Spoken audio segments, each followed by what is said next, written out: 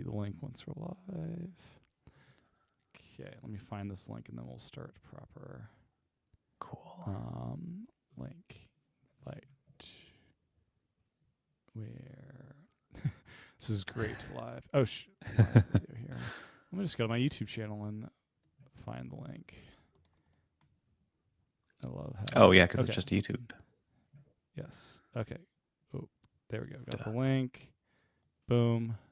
Let me text this to you. Very exciting beginning of the live stream if you're rewatching this as we share out the link. Boom. Okay.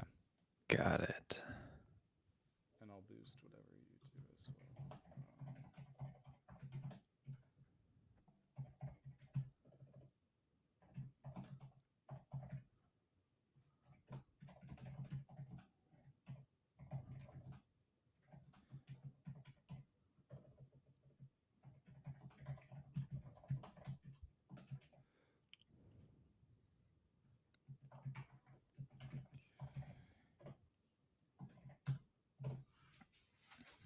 Okay.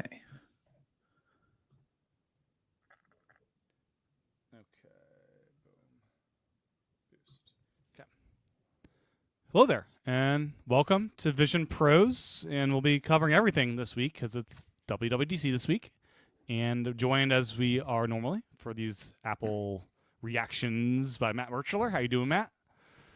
Hey, Tim. Thank you for having me. I'm doing well. I'm used to coming on after these Apple events and talking with you, and I have a positivity about me this time that I'm really excited about.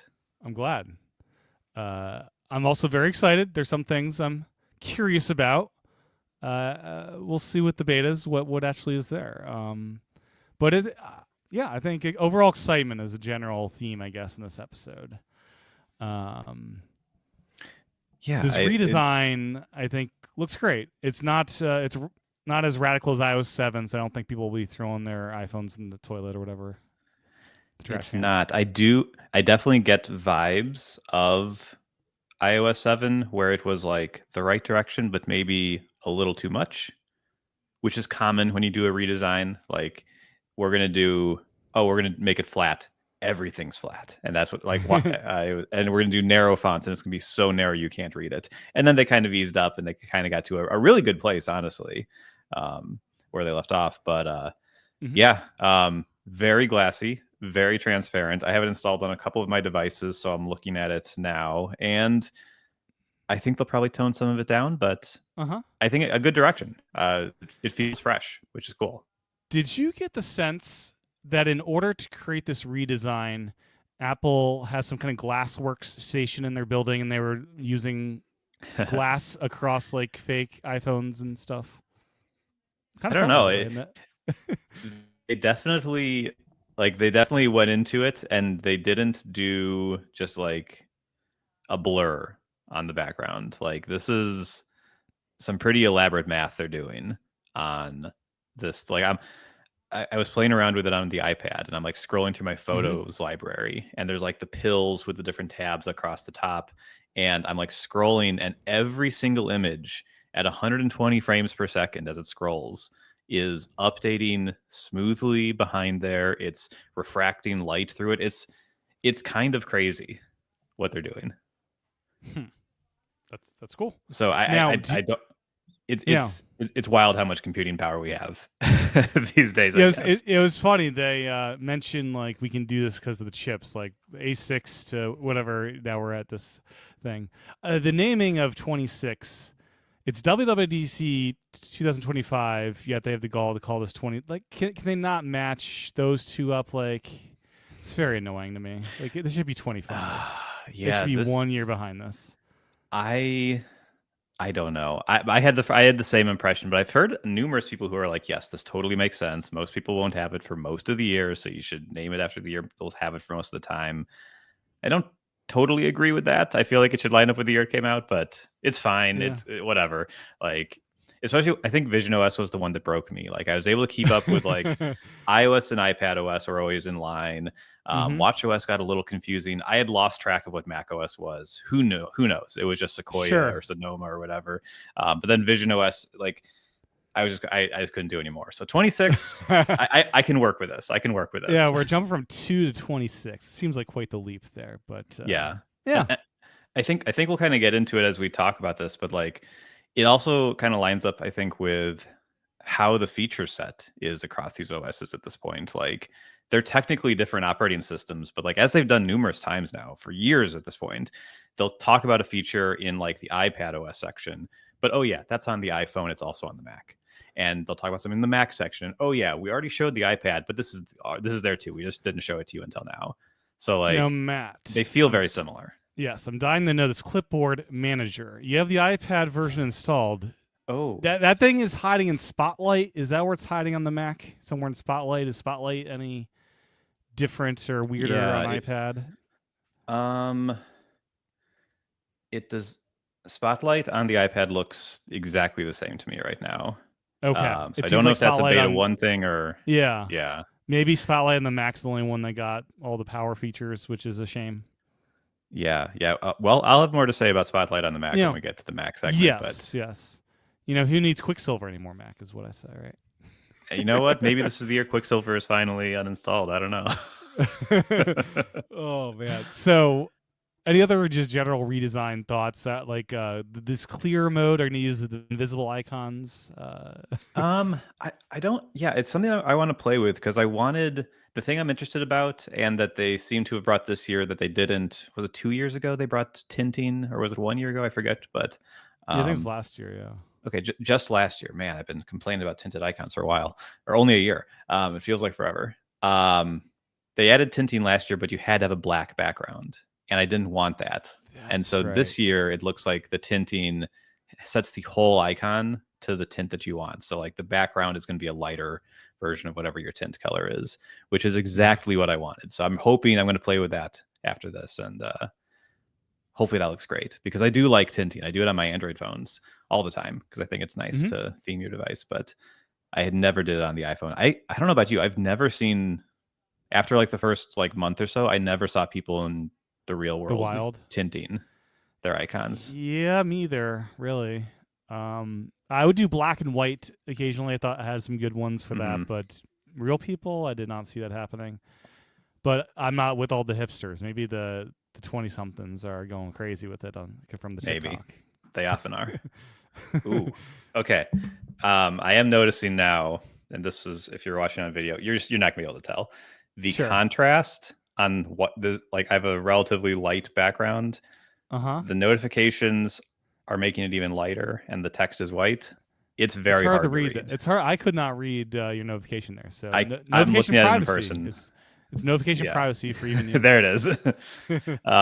So yeah, so I think they'll tone some of this back, or tone some of it down over the next like couple months. But I think it's a promising start, and it's honestly, I'm more excited about this than I was about a lot of the Apple Intelligence stuff they did last year.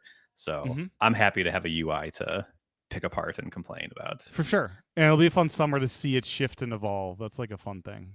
It is. Yeah. Those first couple betas, especially, like, things are going to change. It's not going to look exactly like it did today. And yeah, I think that's fun to see the progression. Now, the phone stuff, I'm very excited about. They haven't really done much with the phone app in years, and now it's on Mac and iPad. No Vision Pro phone app. What's going on there? So no. You know, we'll talk about Vision Pro. Seems like they didn't add any new native apps, but we'll see. But the phone app, I love this redesign. How it's like unified tab of everything you really want in one place. And Matt, last week I go mow the grass, and I discover only one of my 3 batteries is functional from my Greenworks electric lawnmower. And it's still under its 3-year warranty. It's year 2. So I call them up, and I wait an hour to speak to a human being. Ooh. And then it takes an hour after that for them to get serial numbers and to just go ahead and tell me, yes, we're shipping you free batteries. They really make you go through all the hoops to honor their warranty. Yeah. So this happened, if this happened like today, I could have used this new call waiting hold thing. And this seems like, a dream. This is a problem I think a lot of people have. Yeah, this is cool. So this is the thing where you can, like, it detects you're on hold, and then it just kind of like turns it into a live activity, kicks it to the background, and then you get a notification when someone picks up. I think that's great. I think yeah, and it sounds like it tells the agent, hey, this person will be back in a second, hold on please. So yeah. I want to know what that's like, because there's also like a call screening feature in here where it will kind of do that thing where it like will ask the person your name and what you're calling about. And then I think that comes through as a notification, but like, what is this voice? Is it Siri's voice? Is it a new voice? What is it? I really want to know. Do some calls afterwards, we can test this stuff out. Okay. Because I have it turned on currently where if I don't have that number in my system, it just goes straight to voicemail. And occasionally I've missed some important calls that way. Same. But overall, I'm very happy not to get calls every 2 seconds from these spam artists, Yeah. No, I think this is great. This is, I'm sure lots of people feel like this, but like when I get a phone call from a phone number I don't know, it's probably junk and I don't need it. But every once in a while, it is a call that I would like to get. Yeah, the doctor's trying to call you or something like exactly. that. Yeah. It literally happened to me recently. And it would be nice to get like when they're calling to know who is it? Like, is this actually somebody, or is this, although I guess this is a thing that people will figure out how to scam, and they'll be like, it's your doctor calling about your annual checkup or something. and then they're like, hello, have you heard about your car insurance expired? And you're like, no. So and their who knows? Messages is improving as well on this front. And, they missed, the last election cycle. This would have been clutch during this time, last election season. Oh, no. Yeah. Well, they got polls. That's going to be spam. Yeah. Yes. Okay. Spam. Yes. That's what I was thinking about polls and backgrounds, and I was like, oh no, you're going to have like dueling backgrounds with like different political backgrounds and people fighting over which one it needs to be. Do you think the polling in iMessage will be of use to you in your group chats? I don't think I do this behavior that often, quite honestly. I don't think I do either. It doesn't hurt. No. But yeah, I don't do. I can't think of many use cases. Like maybe like where are we going to go to dinner? But I don't know if it's again, I'm old. It doesn't happen in a group chat. Those are like events, and like we're going to use somebody's house or whatever. My conversations of where are we going to go to eat are usually me and my wife, and we're not going to do that in iMessage with polls. So I don't know. But it's cool. I'm glad they're there. Colored backgrounds. I somehow didn't know typing responses weren't like the fact that someone's not typing actively. I thought that was in there already for group iMessages. I guess not. It's not. No. Is it there in this new update? Yes. I didn't see that. That's a new feature that they showed. Yes. Okay. I kind of like that. That's great. Because sometimes it's, especially if you're in like a small group chat with like 3 people, it is annoying not to get like the typing indicators. Like I don't need it if there's like 100 people in there. Sure. Which I don't even know if iMessage can do that, but like, or 30 people, whatever. But if it's like 3 or 4 of you, like those, it's great to get red notifications and typing and stuff and all that. So yeah, I dig it. You can now select partial text of a text bubble in iMessage, so you don't have to. Well, I've had to do this before, where you copy the whole text message to. I'm trying to get like a URL extracted or a number, and so I copy that into Spotlight, and then from there, I'll copy the appropriate part of the text out. So that is now gone, apparently. Yep, I'm using it right now, and it's great. It's delightful. This is very good. They had some cool updates in the iOS section. They talked about maps. Some of the stuff they talked about with understanding the drives you typically make, ideally like to work, to school, those sorts of things, and like preemptively alerting you when there's unexpected delays is super awesome. If you are someone who used to get to work like at a very specific time, like that's really, really good information to have. I love this because I normally goes one way. It's one lane roads the whole way, and every so often I don't know why. There's like this stoplight that's backed up to, forever. It's like, oh, I could have gone this other way if I knew this part was this bad today, Yeah. Well, So and you this don't seems pull up. great. Yeah. Yeah, you don't pull up maps, you don't pull up navigation because you do it every day. You know where you're Exactly. going. Yeah. But yeah, so this is cool. This is a cool like your phone helping you, a way that computers can help you without AI. They can still anticipate what you're going to do and help you Mm-hmm. out. That's great.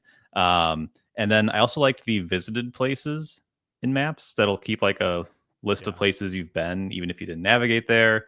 I'm sure you can opt out of it. I guess I shouldn't say that. I assume you can opt out of it if you want, but this is really convenient. Google Maps has done this for a long time in a different way, where it was like basically you use your phone's GPS if you're on an Android phone and like let you track your location and see like your adventures in March and like here's where I went in March, and you could look back on all those. But this is cool to like be like, oh, where did we go on that day for like to eat, and you can find it in Maps. So I really like that. That's cool. Yeah. No, it's very neat. And I've definitely had that before. It's like, where was that mechanic? I'm not quite sure that I went to. Yeah. Mm-hmm. Power. So your chart is your phone at 100% right now? No, it's like 70. It has this estimated time to charge feature now, which is curious. I don't know if that's in your face or where that would show up. Oh, my phone is saying hello to me in a very glassy way. So very glassy way. Oh, this is so I'm now on the beta here for my iPhone. Okay, I've plugged mine in, and I'll let you know what it says when it eventually. Oh, this is beautiful. I love this welcome thing. Oh, here we go. To get started. Yeah. So, okay, it happens right away. When you plug it in to charge, it'll you know how like above on the lock screen it would show like 62% charged. Yeah. Now it says like 62% charged, 24 minutes to 80%. Oh, that's cool. And when I plugged in, it instantly told me that my AirPods case was also like low or something, which was interesting. Okay. I'm a little distracted because I just installed this, and everything seems a little bit slow as it wakes up again, which normally happens. Yeah. Here's an interesting one for two people on a podcast talking into podcast mics. They talked about studio quality recordings from AirPods. They did, and you could start and pause them by like holding down the AirPod button when you're in the right app. Yeah. I'm not this studio quality is their term studio. Sometimes I question its quality. Yeah. Sometimes I talk into the studio mics on my MacBook, and I'm like, I listen back to it, and I'm like, ugh. Oh boy. Yep. So that'll be interesting to see, because I'm always actually really surprised. Like I do a lot of like recordings and stuff, and like if I'm home, I'll use my nice microphone and things sound good. But if I'm like at the office, we don't have any fancy mics there, so I record in my AirPods very often, and I'm just like, it's terrible. It sounds so bad. So if there's anything that can be done to improve it, I would jump on it. But yeah, a little skeptical of how studio quality this is actually going to be. What do you think about the camera app redesign? Oh, I haven't used it. It seems like a nice... I don't know. Their goals definitely are good because the camera app has so much in it.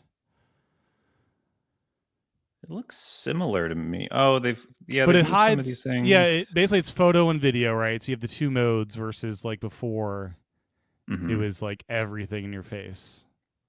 Yeah, and then there's like a grid of settings you can do, but like even here if you pull up like the settings, the grid of settings, and like move around, like that UI element is refracting the live video behind it. Like this is crazy. Like I know this isn't the most important thing in the world, but like it's it's really crazy how this works. Like, yeah, that's pretty wild. Very, very cool. So I opened up the Mail app. Underneath all inboxes, it says connecting. So evidently there's now some status information directly at the very top of Mail in some way. Oh, yep. Is yours connecting or is yours already... Mine has connected. So it just says connected. Interesting. Okay. So it always... So okay, that's just interesting. So it just has connected like all It the says, times. well, it said connecting, and then now it says updated just now. Okay. And now it says So 53 unread. gotcha. Okay. And I think it'll stop. Gotcha. What else? So they're doing the Safari floating address bar again. Uh-huh. I wonder if they'll get it right this time. It was not good last time. I think it might be okay this time. It doesn't get as minimal as it did in like 4 or 5 years ago when they did the last Safari redesign. The reload button is still there. Your like text view / extensions thing is still there. I think it'll be okay. I think we'll survive this one. Good. And then I like the mail app icon. Am I the only one? No, I think the mail app's good. I think this is the first time I've liked the Safari icon. Okay. I think the photos one is my favorite though, of all of them. Yeah, because it is the one that it's all the glasses. Right. What I've noticed actually is though on some third-party apps, it looks like depending on how those icons were created, some of them have the effect already, the glassy effect on them already. Like YouTube does, Audible does, Blue Sky, Puzzmo. Oh, as a quick aside, it was very cool to see a special version of Ivory in the keynote, where they were like, "Oh, you're scrolling your social media feed," and I was like, "Those icons look that's Ivory, but it's not." What? And then I went on Mastodon and saw the Tapots developers like, "Ooh, that's a nice looking app, isn't it?" Wink, wink. Dark Noise. So very special shout out. Dark Noise got a shout Charlie out too. Chapman. Good job, Charlie. Yeah. I was watching with my wife, and both times I was like, I know these people. I'm trying to find a spatial photo here to see what this is all about. This 3D photo thing on your phone. Oh yeah, I think it works with any photo. There's the little spatial thing, and then it will do exactly what. Yep, it'll do exactly what it's been doing on the Vision Pro since Vision OS 2 last year, where it turns it into a 3D photo. Same like animation across the top and everything. I'm not sure it's doing much right now. I don't know. And it doesn't seem to do much right now. So we'll see. Okay. It's very obvious on mine, so it is okay. Maybe mine's still waking up. But still how do you think about that? What's like? It's not a 3D screen. It's not a 3D screen, but it kind of gives you the same effect, right? It feels 3D-ish when you kind of have that going. So I dig it. I wouldn't do it all the time, but it's a fun novelty. Yeah. I really like it for group photos. I think it's really cool if you have like a family photo or something. It's really cool to turn those into 3D things because it does, I don't know, specifically like that sort of photo I find really thrives with these. Good. Yeah. And then it seems the Reminders app has this auto categorizing thing. So it sounds like it's extended outside the grocery app. And I'm not sure what kind of categories it'll auto define now, but that was the bento board for iOS. Nice. Yeah, that's good. I do all my task management and things, but I do my groceries and reminders specifically for the auto sorting. Yeah. So I get it.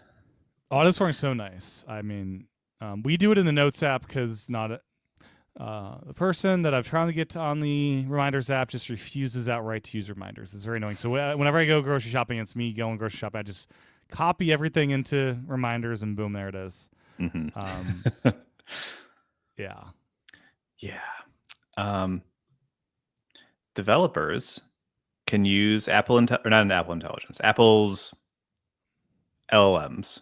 Mm-hmm. The local, I don't know if they said the cloud version as well they have access to, but definitely the local one.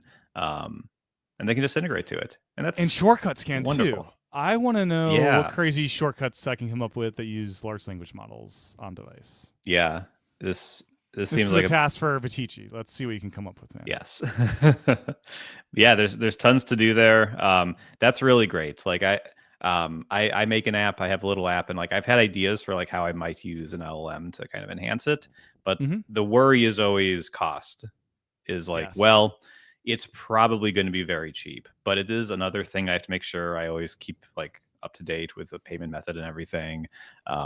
If something happens, there's an infinite loop, someone goes crazy, it could lead to high bills. So just having a local model where someone can just play around with things, I think it's great. I think it's a really nice thing to have built into the system. They should have that. Like that's it's something I think Marco's been complaining about. It's like, let's use LLMs on our device, and yeah, so we'll see what they can do with it. I'm not sure if it's just what the large language models are for. Is it more than text? I know they talk about images, and I'm curious what limitations ChatGPT image, because that now is a new integration with ChatGPT for images, and you can do realistic stuff. I know when I played around ChatGPT on my free account, I get like 2 a day, and that's it. I wonder if they have any sweetheart agreement where I can play around more than my 2 a day. I bet you they do. But yeah, I noticed that too. I was like, when I was going through the pages, I did notice that like there's a new style. They call it a style. The style is ChatGPT, which is the style is a better image model. Yeah, and there's a style within ChatGPT that has no style. It's like just do what I described to you. Oh, interesting. Okay. So there, you can tell it to do this oil painting style within ChatGPT, or just say no style, just do this. Which is gotcha. Cool. Okay, that's interesting. Now, Matt, your day job, I believe, is in wallets and digital money in some way. Is this at all accurate? Yeah, I work in the payments industry. That's so, okay. Yeah. That's what I thought that was the case. Now, the wallet app seems to have gotten a lot of love this year in a couple areas. First off, I found it comical that they're like, all your Apple Pay orders go in here for tracking the orders, right? Theoretically. No, Shop's been getting better at this. I've gotten a couple, like Waterfield Designs ends up in there. So that it's been slowly getting better. But now it seems that it'll just pull everything in there from your email app, I think. Yeah. I want to see how that goes. Because I do ironically, the Shop Pay app from Shopify has a similar thing where you can link your email account to it and it'll automatically try to find your tracking there, but I find it's terrible. It pulls things in and I can't figure out how to unlink it, so I keep getting these notifications. Anyway, I hope Apple's is better. But it's nice to see that there, because I think the problem they're having is that, like I said, I do work in payments. We get people asking us to add a ton of features. No one's ever asked for that feature. No one seems to be building for it. No one's integrating into Apple Wallet order tracking. So this is kind of their way to, well, even if they're not building and integrating into us, we have the email, we can maybe make something work here. So now I have to say, I don't see any of my orders from my email in here right now. I don't know if it's in the beta or hit some toggle to turn it on, but it seems to be not functioning right now.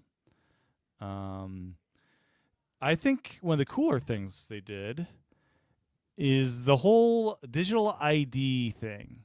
So here in America, each state is very independent and likes to do their own thing. I am not part of the one of 9 states. We live free or die here in New Hampshire, and we'll probably be the last state because, New Hampshire. Are you in a state with the wallet thing? I'm in the very exciting position to be in, I think, the 10th state, which at some point this year is supposed to add support.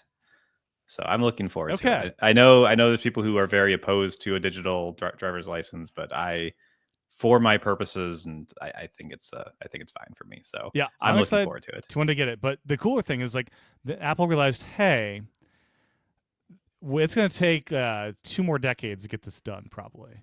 Let's bypass that with the passport, which is universal across all of America, and a passport you can use to get on the plane, which is one of the few things you can actually do with your digital ID currently. And so let's let everybody in the country actually use digital IDs if they have a passport. And this seems like a great solution for that, right? It does. I swear they said you will not be able to use this at like TSA. I think they specified that you can't use it to get on a plane. It says create a digital ID in wallet using your USA passport. It Mhm. can be used at TSA checkpoints and apps and in person. Boarding passes now include convenient access to airport maps, luggage tracking with timeline, and shareable activities. So it says that it can be done, but I'm not sure. I Okay. would probably, Well, for my first few flights, I'd have it still on bring the me. passport. Or your yeah, I've actually never done just the passport to get on the flight. I guess that is an ID that would work. Yeah, Versus, it totally does. But so this is exciting because I'll try this out and maybe not need. I've been the guy that uses the Apple Watch to get through scanning my boarding pass. Mm-hmm. It'd Yep. be cool if I can just like tap my Apple Watch, just go through without showing an ID. And Mm-hmm. so These cool. things start as niche and weird, and like I remember the first time I did an Apple Pay transaction with my iPhone 5S, and it was like I think it was at a Whole Foods because they were one of like the 3 stores that supported it right away, and I did it, Yeah. and they were like, what did you just do? Did you just pay?" It was very strange. I did the watch like a year or two after that, once that came out, and now like everybody does it, and it's fine. And like boarding passes, the same deal. Like a few people have a paper one still, but like everyone's just scanning their phone at this I will point. say the watch, I do get looks still fairly frequently. It's like, ooh, you can do it with the watch. But yeah, of course you can. I always tell them, yeah, it's completely offline. I could be in the middle of nowhere and do this, let's see. Yeah, and the photo app got a redesign yet again. Do you think people will be happier with this redesign than last year? It was a rare instance where they kind of acknowledged the fact that not everybody. I think they said something like, "Some people like to still have tabs." So we added tabs back. Yeah. And so I hope that's good. The Photos app there's sometimes a disconnect, I feel like, between what us nerds complain about and think is a big deal in an OS update and what normal people feel is a big deal. And the Photos app is one of those things that's just like a perfect circle.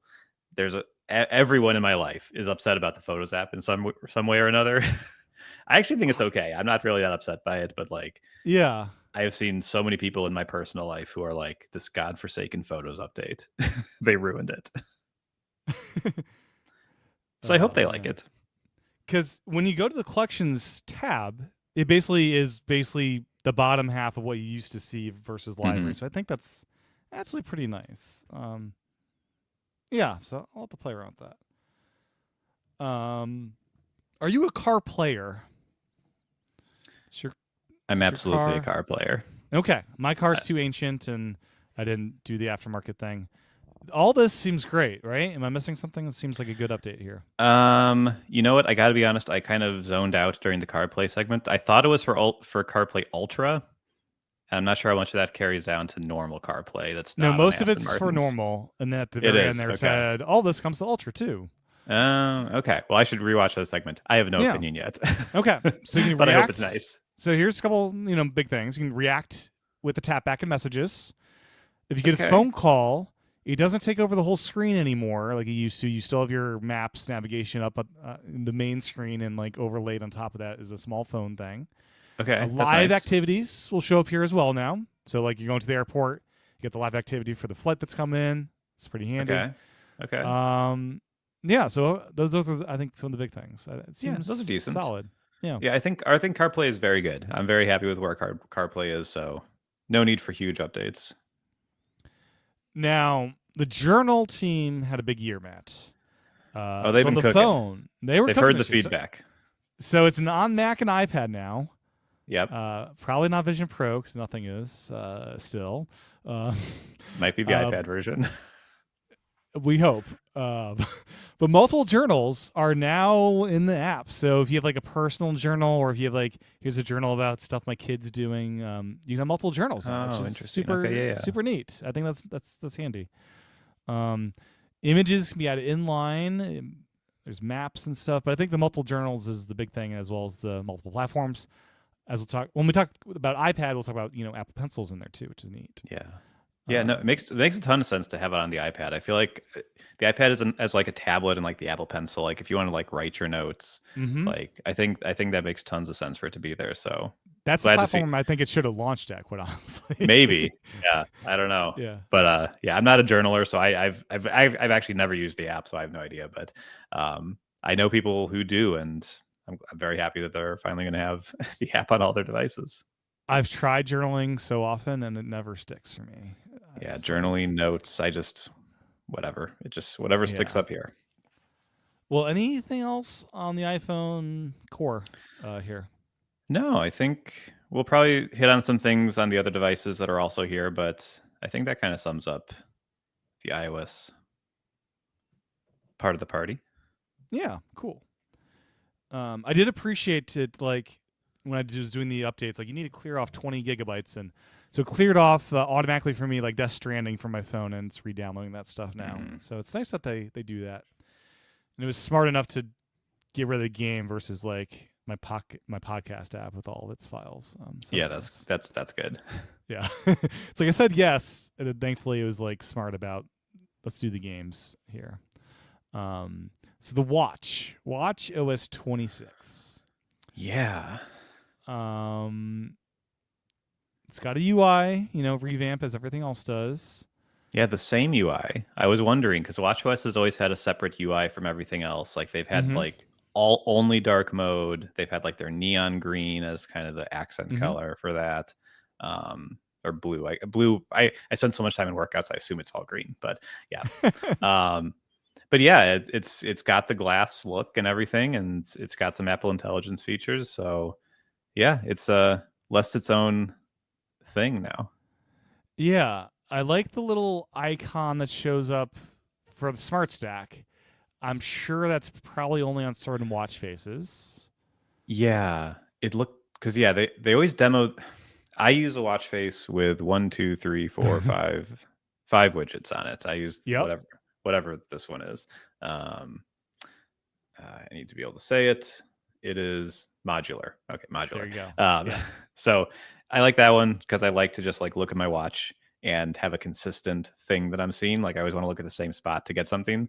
But they always demo these watch faces with like no complications, and all these features are for that. So it would be cool. It would be kind of nice if I could. Wait, are you off the Ultra? No, I'm on the Ultra.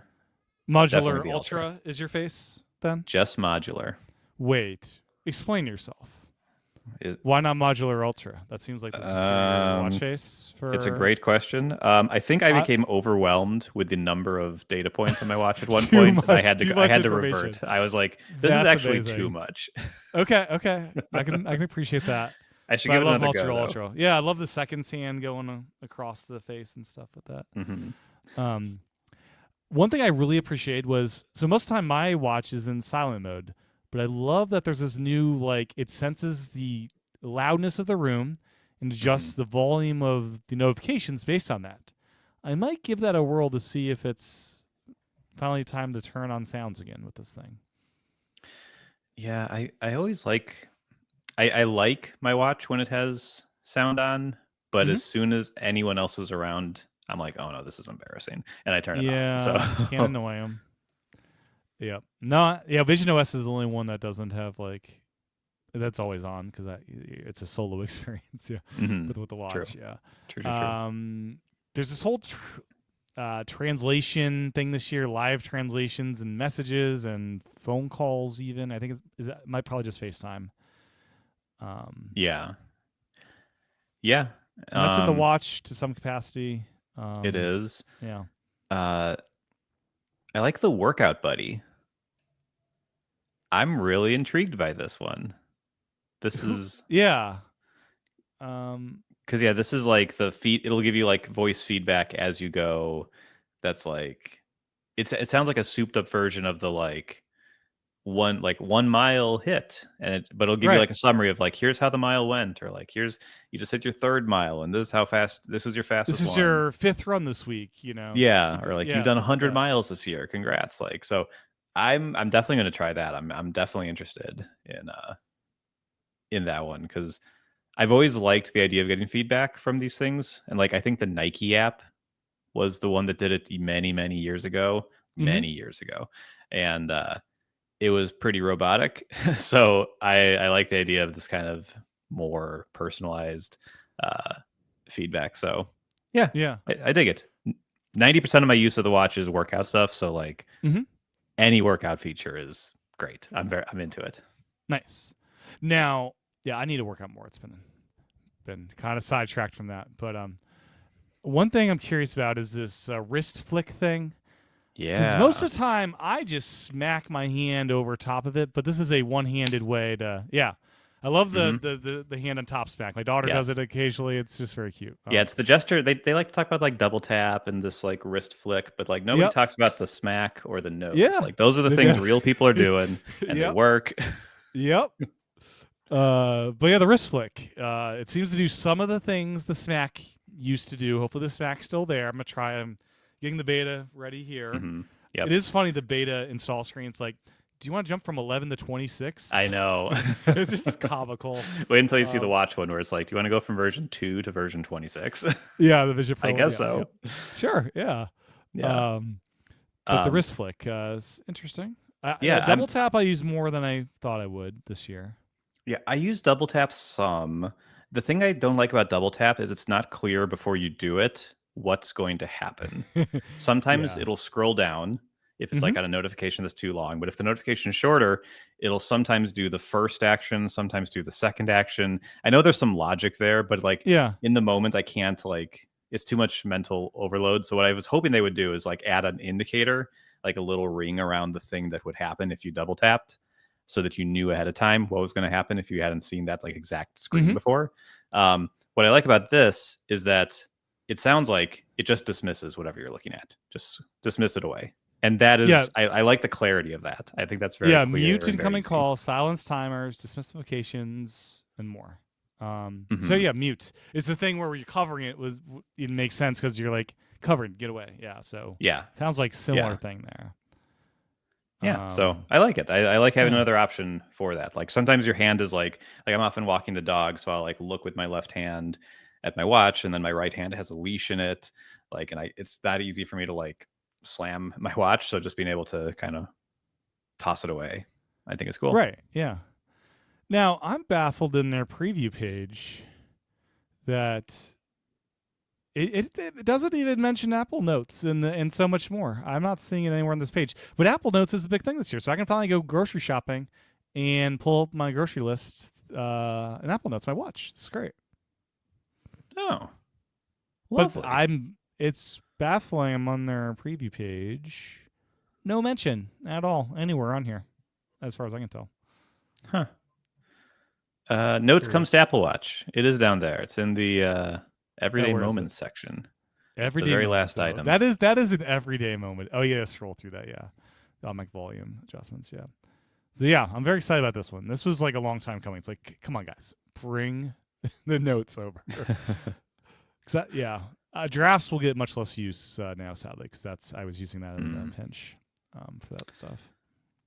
Gotcha.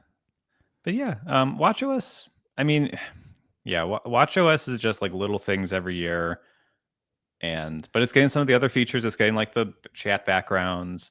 I think I don't know if it already does tapbacks or if that's new as well. But like tapbacks were there. They were okay. Ooh, my iPad has been updated, Matt. Very exciting. Hopefully Ferrite runs well in there. Otherwise, I'm using my M1 iPad Pro for this edit. So we'll see how it goes. Yeah, but the watch, we still do not have custom watch faces. Shocker. I just don't think we ever will. It's not a developer platform. It's an iPhone accessory. Yeah. My days of dreaming of it being independent are long gone. The watch face gallery has been redesigned. I don't know. That seems like a weird mention here. Well, they have to fill the page, you know. Yeah. Has your watch been updated yet? No, I haven't done that one yet. Okay. That's going to take like 4 hours. You got to find the charger. I got to find the charger somewhere here. Oh, yeah, that too.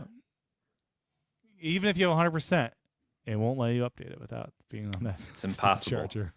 Impossible to do.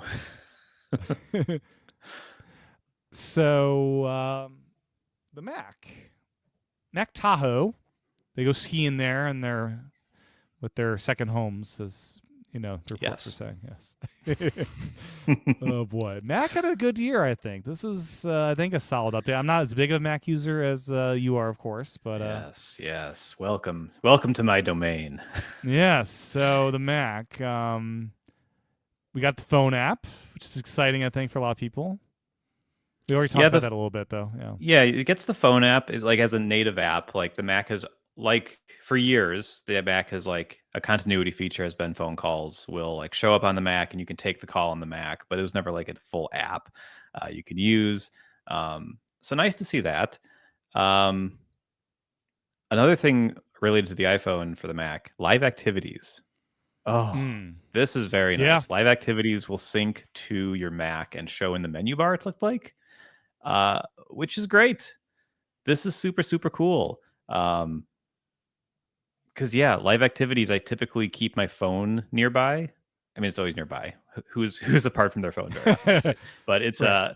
But I keep it within vision, within sight of where I'm sitting when I'm working at my computer, because sometimes live activities are around, and just being able to have it on my Mac screen is great. I'm really excited about it. It's a little thing, but that's going to be a nice quality of life thing for me personally. What do you think about the menu bar not being a bar? Oh boy, I am.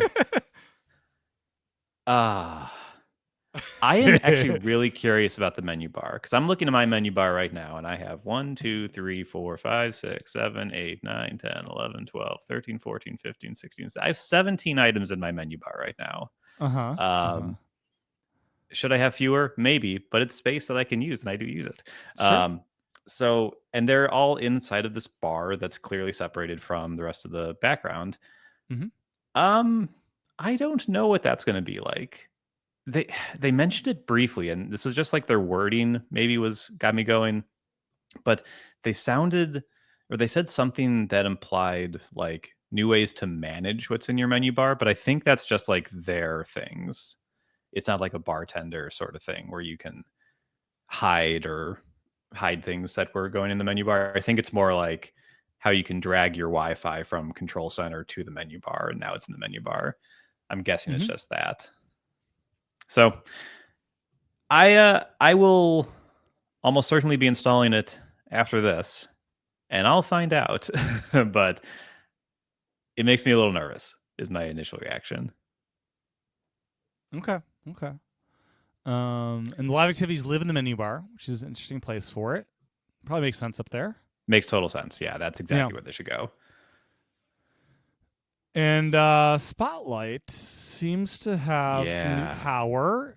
You can quickly get to your files and your apps, and Clipboard, I believe, is there. There's a clipboard manager now built into macOS. Not, as far as I can tell, not on iPadOS or iOS. This is just on the Mac. This is very disappointing news. I've got the iPad open now. I'm gonna dig. It is disappointing. See if there's anything in here. Oh, this keyboard on this iPad is interesting. Just looks way different. Oh yeah, I've only used the Magic Keyboard so far, but yeah, Spotlight. So yeah, Spotlight has always had file system access, and it's been able to run shortcuts and very similar to the iPad Spotlight, the iPhone Spotlight. But it has these categories now, where it it has suggestions. So kind of on your iPhone and iPad, when you pull down for Spotlight, it has suggested apps. It can do that now too, it looks like. But the really cool thing that I really want to play with is it lets you kind of run shortcuts, complete with entering the inputs to that shortcut in Spotlight.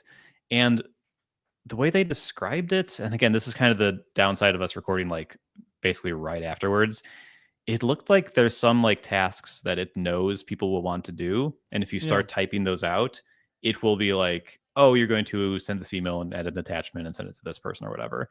And so it'll kind of let you do that all through Spotlight, which is very similar to a feature Raycast released just a few weeks ago, where it lets you kind of string together different extensions you have installed in Raycast and do tasks. So I'm really interested about this, and I may give Spotlight another shot after many, many years of just not using it.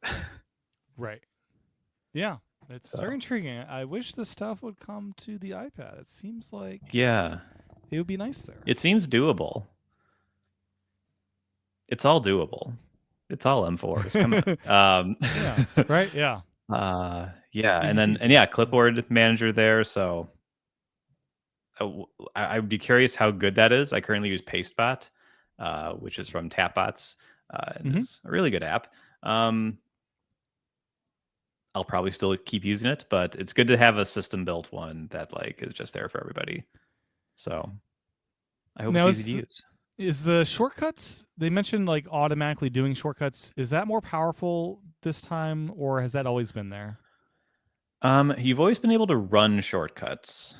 At like a certain time of But day type thing, or when you connect to an external monitor? oh, those automations. That's a good question. Were there really no automations? I'm looking at the app now. I don't see any automation section. So maybe you couldn't. Oh, Because that you might have been only available in iOS, and they finally brought it over to the Mac. That could be a thing. maybe, yeah. Because yeah, I'm looking at the shortcuts app on macOS and I do not see any automation tab. Oh, I'm using shortcuts on yeah. the iPad. I have to say it's very delightful. When you hit the plus button, it brights up nice and it like HDR highlights it when you Oh press it with yeah. the mouse. It might do that with your finger, but it's covering it. But it's very delightful. Nice. Two more things on Spotlight because Spotlight got a lot of love. A kind of a nerdy feature. It sounds like you can set up keyboard shortcuts in Spotlight to Yeah, trigger specific things. That's interesting. That's a real shortcut actions. That's a real Quicksilver. What's the other apps yeah. that's common now? Quicksilver, Raycast, Launchbar, Yeah, Alfred, like all these apps. But yeah, like you can say like yeah, like SE opens like send email. And like you can set these up yourself. That I did not see coming. Did not expect that at all. But yeah, pretty rad. Oh, and the other thing is that if you have an app open and you open Spotlight, the search results will also show menu bar items. So if you're like, oh, I need to do this, I need to like remove background or I need to cut this, you can just type cut, and because that's a menu bar item, it will show up and you can just choose the item from there, which is really, really nice. Like to because in the find an item. past you would go to help and search. I would do that all the Exactly. time. Yeah, me too. And I love that feature. that does work on the iPad, I believe. Yeah, the iPad can do the help search thing, but now the Mac has this spotlight thing. Seems like okay, brought this stuff over to the iPad. Now they improved the Mac beyond that now. Yep, classic Apple. But yeah, so Spotlight, a ton of love. I'm gonna give it a go once I got the beta installed because it seems like they really went for it on this one. Is that happening after we're done recording? Putting the Mac beta. Yes. There we go. That's what I like to hear. I dare not do it in the middle of a recording. It would be insane. No, that would be dangerous. One might say. And then let's see what else about the Mac here. Continuity. We already talked about that stuff, right? Screen calling is all there. Yep. The thing I noticed under there for the Mac, it's probably on all the platforms, but in the Passwords app, it looks like there's a history and you can find like old versions of your passwords. If you've changed your password for a site, it looks like you can get the old one if you need it. Okay. That's cool. And then should we talk about games? Apple loves to talk about games. They love to talk about games.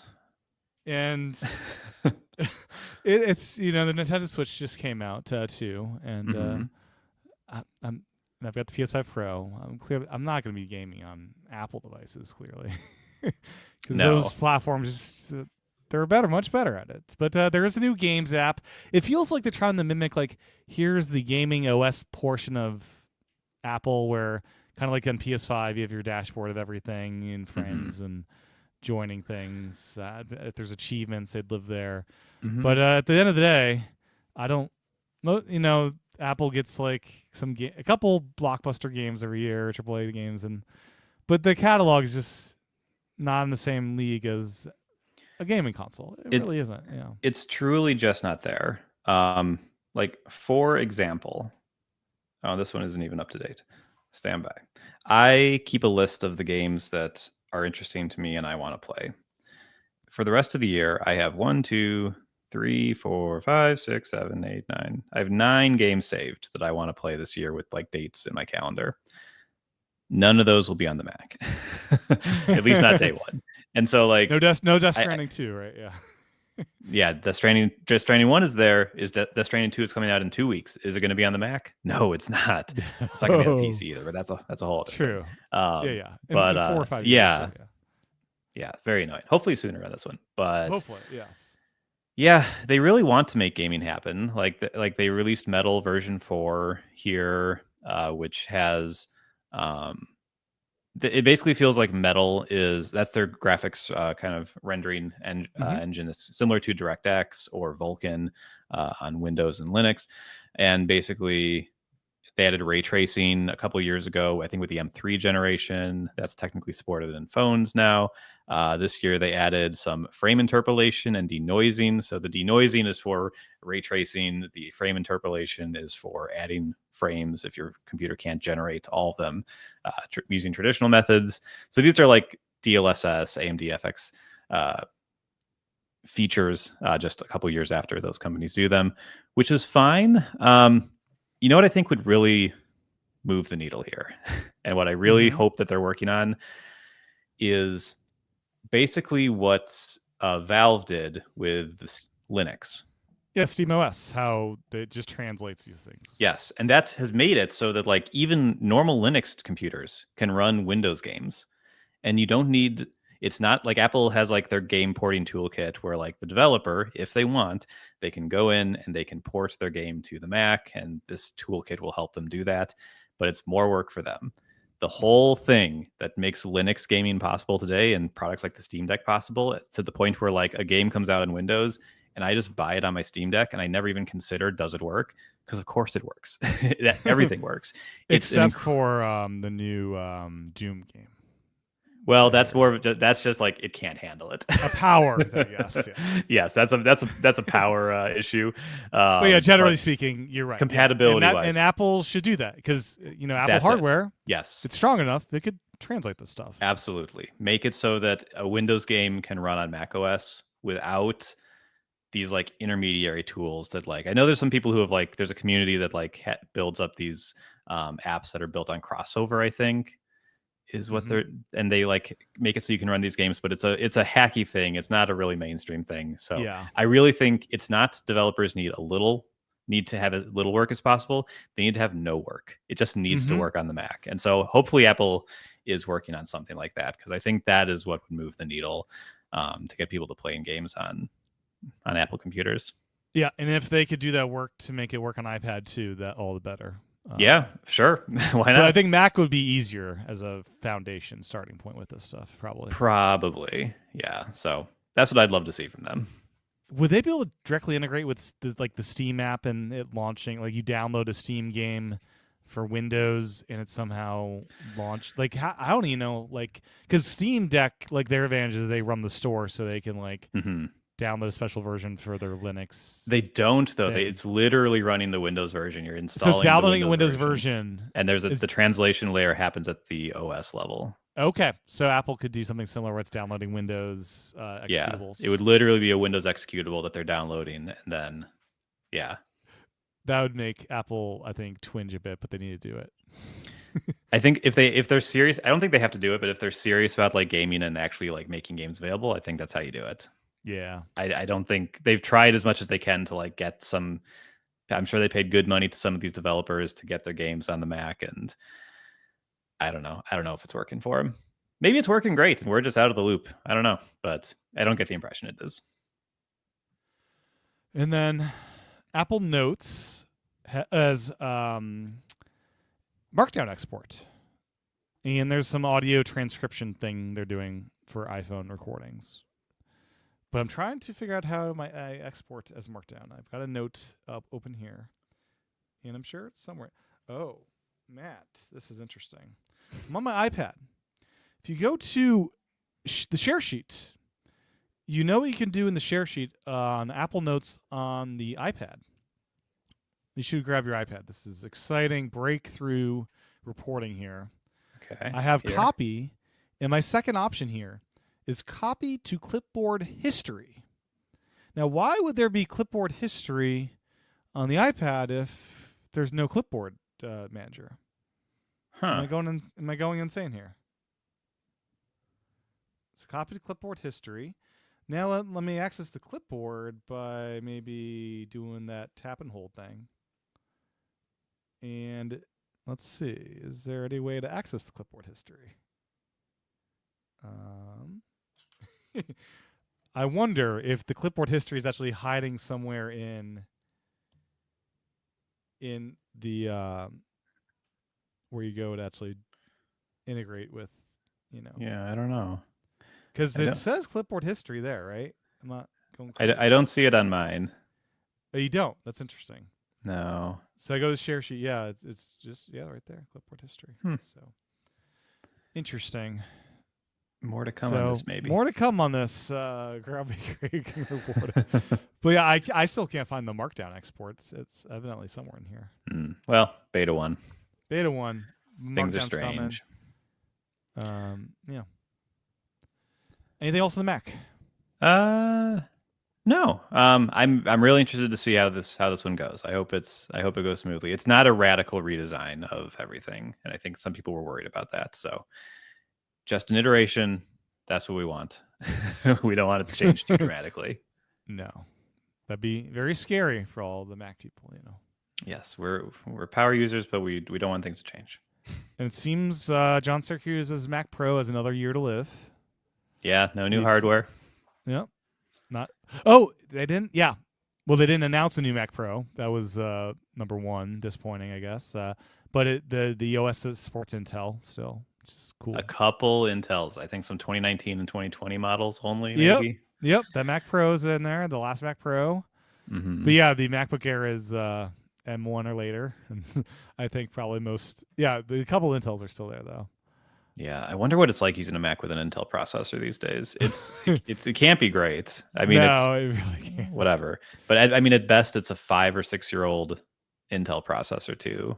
Mm-hmm. So it's not just like Intel versus Apple Silicon. Like it's a 6-year-old Intel chip. Right. Yeah. Oof. Oh, the last thing on the Mac I did want to mention: color-coded folders with icons and emoji labels. I'm so excited about this. You're using those? Great. Yeah. I will be using these, absolutely. Because on the Mac, you could do this in a hacky way of just hitting Command V in the Finder over a thing, but this is more unified and kind of baked in. Yep. Yeah. So you can totally do that. Any image can turn into an app icon if you know what you're doing. Yes. But this is an official way to do it that'll sync across devices and everything. So I'm excited about this. It's a little thing, but it's kind of a different version of labels. There's been colored labels since the beginning of time, and so this is just, for me, a nicer version of that. So yeah, and it'll show up on your iPad and iPhone and Vision Pro. We assume. We'll see. Good to check. And then, that seems cool. I remember in the Leopard days, I got super into making that thing look crazy. That was when it was peak, go crazy with customizing your Mac. Oh yeah, Shapeshifter and Res Edit and whatever those. Yeah.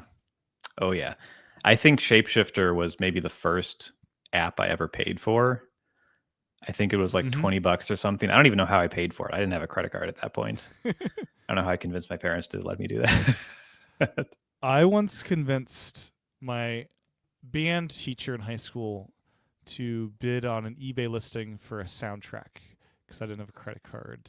Okay. I had cash, but she got me The Witches of Eastwick on eBay, which is a very rare John Williams score that I had to have. Okay. And, wow. Well done. Yeah, that was quite the thing. It was fun pre-days before you could actually buy stuff online. Now it's so easy. Yeah, too easy. Kids don't know how easy they got it. They really don't.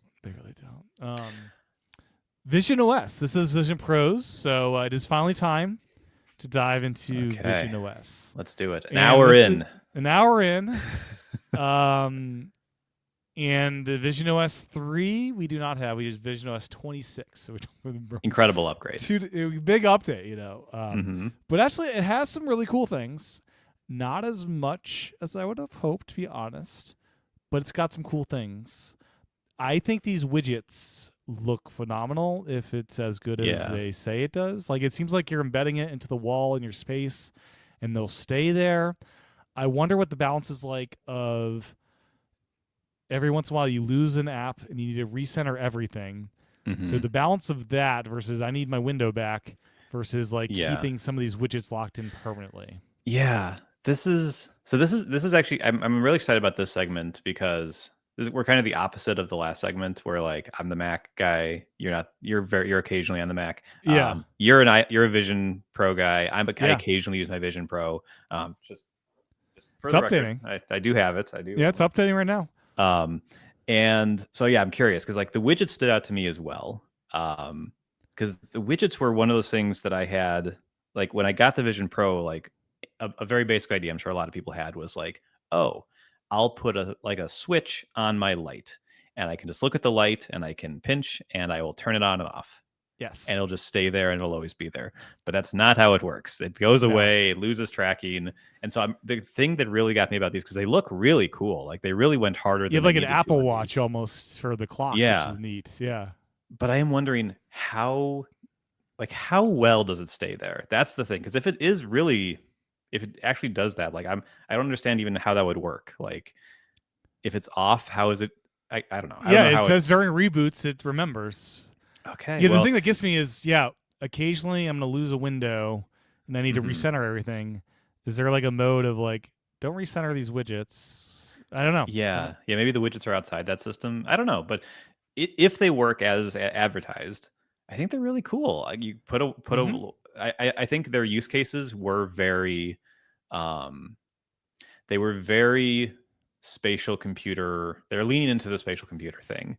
Like they've got clocks on the wall, windows out to different worlds. I think that's pretty cool. Yeah, they definitely Sherlocked a lot of apps that do the panoramic photo inside a window thing. That was the Sherlock of the year, I think, for a lot of but it's really cool, and like you can inset them or you can have them kind of push out from the wall. You don't have to put these in the wall, but like that was a lot of their use cases. I think it's rad. I think it's cool. I think there's like all these controls over like how much of a bezel do you want? How much do you want it to go in or out? Like they went way harder than they had to. I definitely respect them for that. Like they went for it. So yeah. No, these look super rad. I'm excited to see what third parties do with this because that's just a huge market of apps that are already basically widgets, and now we'll have official widgets. Okay, so that's going to be pretty cool. Because there's a huge market of glance bar and stuff like that, where it's like here's all these widgets, widget type apps that are just there for information and all that. So this is nifty, and they're leaning into like this feels like Mac OS dashboard back in the day, where you're making a pretty looking widget type thing. Mm-hmm. Yeah. Okay. Now, I'm confused about one thing here. Spatial scenes. How are scenes different from a spatial photo? I have a little confusion. I need to try this out to see what the difference between a spatial photo is and a spatial scene. Because they seem very similar. Because in a spatial photo, you can kind of glance and lean around and is this rebranding or is this something better? Oh, you're right. It looks like a rebrand to me, but I don't because it's like the second thing in there. Get the highlights, like is this better? But it looks like the exact same thing as the spatial photos thing. So I don't know. Yeah, we did not get what I really wanted. Was spatial videos that are converted on the fly. Maybe another year on that one. Yeah, that one's got to be a lot of processing. You'd think. I got to imagine. Yeah. But even still, it would be nice. It would be nice. Yeah. The web. The web is going spatial, Matt. Yeah, I'm interested about it's this. Like so we have like reader view in the phone if you want to like strip stuff down. This is like return this website into a spatial website. Seemed it was interesting. I thought it was like embedding like spatial content on 2D websites. It was, but also like the text is like morphed into like a more pleasant thing to use. Yeah, I'm gonna have to figure out what this is all about. These are gonna be the sessions to check out. Yes. How does that work? But I like that they did the thing. I swear this already worked, but they showed like if you're like shopping for something and the website has a 3D model, like you may be able to do this on the iPhone and iPad for years. Like you can like see it in your space and it would like pull it up and everything. Yeah, so cool to see that in the Vision Pro. Yeah, you can grab it and throw it over there. Yeah. The PSVR 2, the rumors are true. Sony will be presumably Sony will sell the controller standalone. That has not been announced yet. Now, I think it'll be comical the price of standalone PSVR 2 controllers. I am thinking Sony will try to sell these for $200 for a pair, which is half the cost of a PSVR 2. And I think a lot of people will just be like, maybe I should just buy a PSVR 2 at this point. I think $150 is the lowest they sell these for. A DualSense, just a DualSense controller is what, $70, $80? I think $70 sounds right. Yeah. Yeah. I think these are going to be expensive. I'm curious what it is. And I don't know. Like it's gonna be a pain in the butt to repair from my PS5 to the headset. I'm assuming you got to get a second set. So you have to get a second set. It seems. Yeah. It seems that this is just for games. It wasn't really advertised for OS interactions, but surely you'll be able to interact with the OS with these. They also had the Logitech pen thing, which was like for just miscellaneous apps. It looked like that seems rad, actually. So, yeah, I think it's good. I think more input methods is good. I would love, with the PlayStation controllers, I would love if I could use them as a pointer to navigate the UI. That's the one thing that like I really like, that you can just put on a Vision Pro and you don't need anything in your hands. You can just like navigate the whole system. Yeah. But it feels a bit like using a trackpad versus a mouse to me. So like it works. The trackpad works, but like I'm faster with a mouse. And when I'm using my MetaQuest 3 with the controllers, it also has hand controls, but like with controllers, I'm just like bouncing around the UI like super fast. And so I would really enjoy having that for the Vision Pro. Not $200 worth, but well. Now, you never bought a PSVR 2, did you? I never did. Okay, this puts you over the edge. Now you can use it on 2 devices. Based on how little I use my 2 headsets already. It's gonna be. I don't think so. But maybe if there's a sale, Black Friday, you never know. You never know. It's down to $350 right now for the days of play sale. Okay. Yeah. Tempting. I know, right? And then the Logitech Muse is the pen thing. Durand Divide, and both of these are just say coming soon. So yeah, I wonder what the price point on this pen will be. Like, will it be an Apple Pencil price point or even more? I don't know. It's hard to say. But it's good that there's more input methods. I say bring it on. Yeah, the pen seems like that could be a lot of fun. Like I've already had fun just like with the drawing apps in the Vision Pro with your fingers. It seems like this could be neat. Yeah. No, precision controllers I think are going to be great there. It makes it more of a flexible device, makes it so more people can do like work on it, right? Like again, not to just like make them all metaphors, but like finger painting versus like having a very like accurate 3D tracked hardware device. Could make it more practical for some folks. For sure.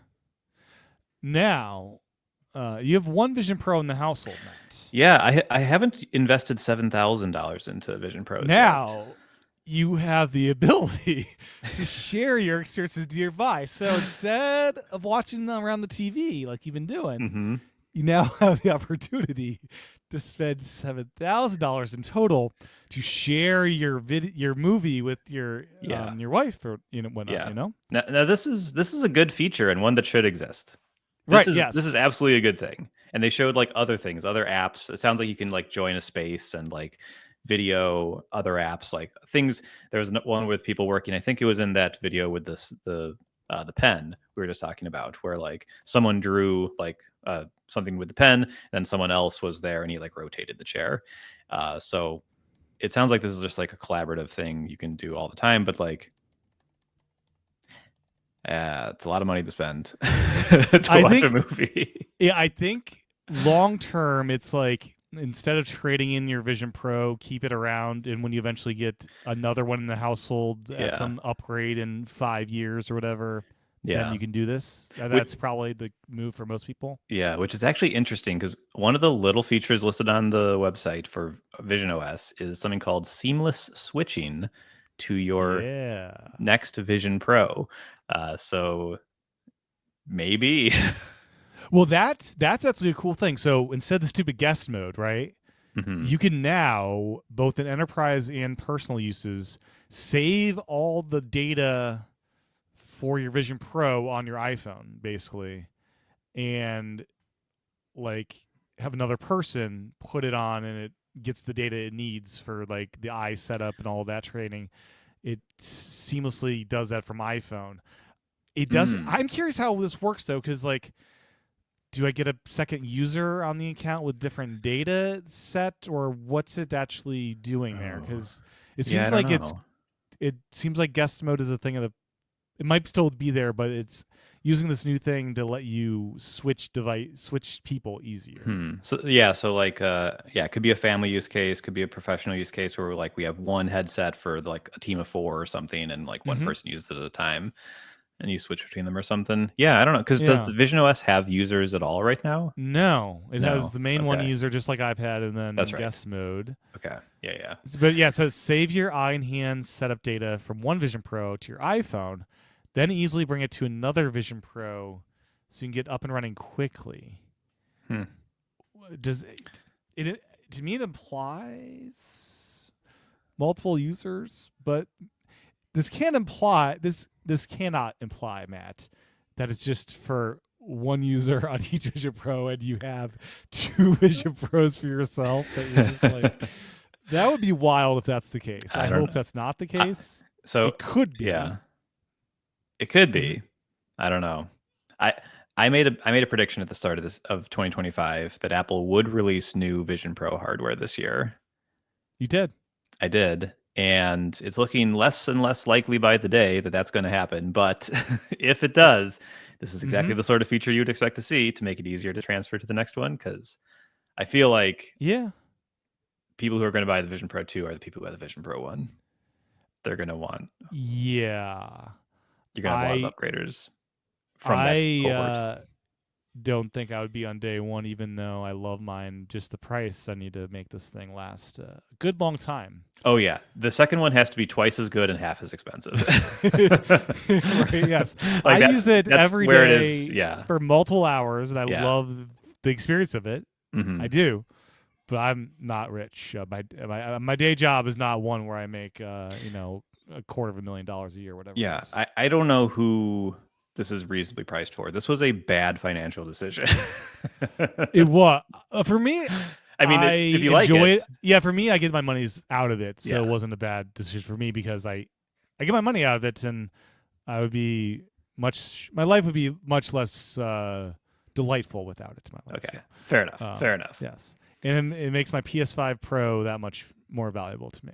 That's true. I get to true. play it on the big screen. That's something. With the Portal app, which is why I'm very reluctant to actually install this beta, because I use my PS5 Pro with the Portal app in the Vision Pro, and of all the apps to get wonky, I would think a game streaming app that would be one of the ones that might get a little upset. Maybe. I give you 48 hours from this recording. Yeah. The thing with Vision Pro, you can't revert. You can't revert back to an older version. So I'm going to be in the Discord for the Portal developer, who is not updating because he is also worried about. He has one headset and he needs to be able to develop for the current OS. So hopefully, a brave user out there will try this out. They'll say it's fine, and then you'll be off to the races. Yes, I stand by this prediction. Right? And then Beta 2 will hit and break everything. Yes. Honestly, that is the advice I try to give people every single year. just because a beta works great on someone else's phone does not mean it'll work well on your phone or whatever device. And just because it works well in one beta does not mean everything will work great in the next beta. There have been times where betas 1, 2, and 3 have been great, and then beta 4 destroys things. So like, it's not a linear path up. Like there's gonna be waves. There's gonna be different experiences. So, do what you want. I'm doing it over here. Like, I'm not saying don't do it, but like, just know what you're getting into. Yeah, at some and if you can make it July, the public beta would be safer probably. So maybe you can start in the developer beta, then jump over to the public beta maybe. Yep. So that'll be like developer beta 4, 3 or 4 is typically where the public beta start, and those are usually better. But this share Vision Pro experiences together, so you can do spatial games together, which is cool. But the movie thing is kind of cool. I'm not I'm the only one in my household that would actually want to wear the Vision Pro. I think like there's no interest from my partner to probably wear it. Like she just thinks it's very dorky or whatever. It would be kind of cool if you could like. I mean, I don't know if any would actually do this, but like if you could wear the Vision Pro and be watching a movie in the living room, like super huge, and everyone else could be like watching on the TV. And it would all be synced up. Movie. Maybe that would be something would be that would cool. work for Apple some folks. TV, Apple TV integration. Yeah, I think that would be actually interesting. Can we talk about the spatial personas? Yeah, which look stunningly good. Yeah, if that's how good. I got done real dirty by my spatial persona. I look old and bald and just like I hate it. I like so much so that I reset my Vision Pro like a few months ago, and I just have not set up a new persona because I just can't take the humiliation. So yeah, I the one they showed looked really, really good. Like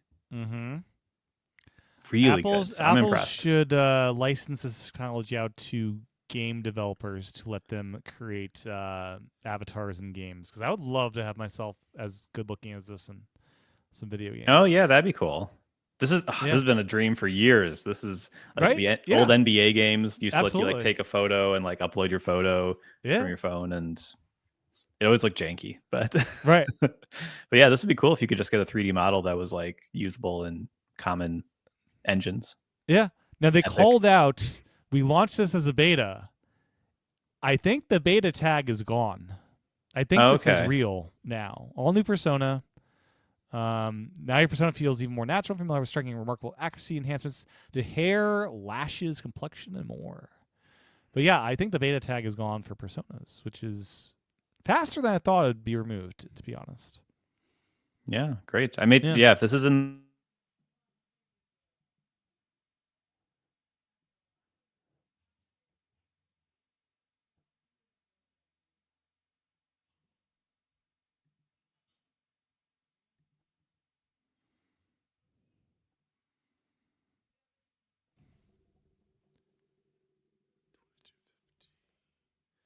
Okay, wait on Matt to come back. Internet issues.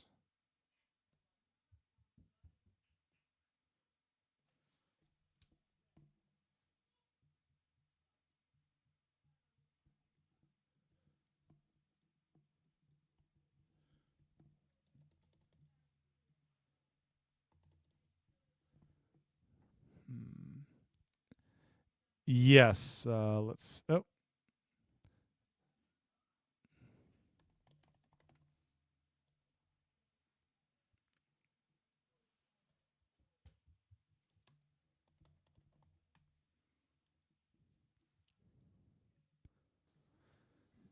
Are you there? I'm back. I'm making a timestamp note.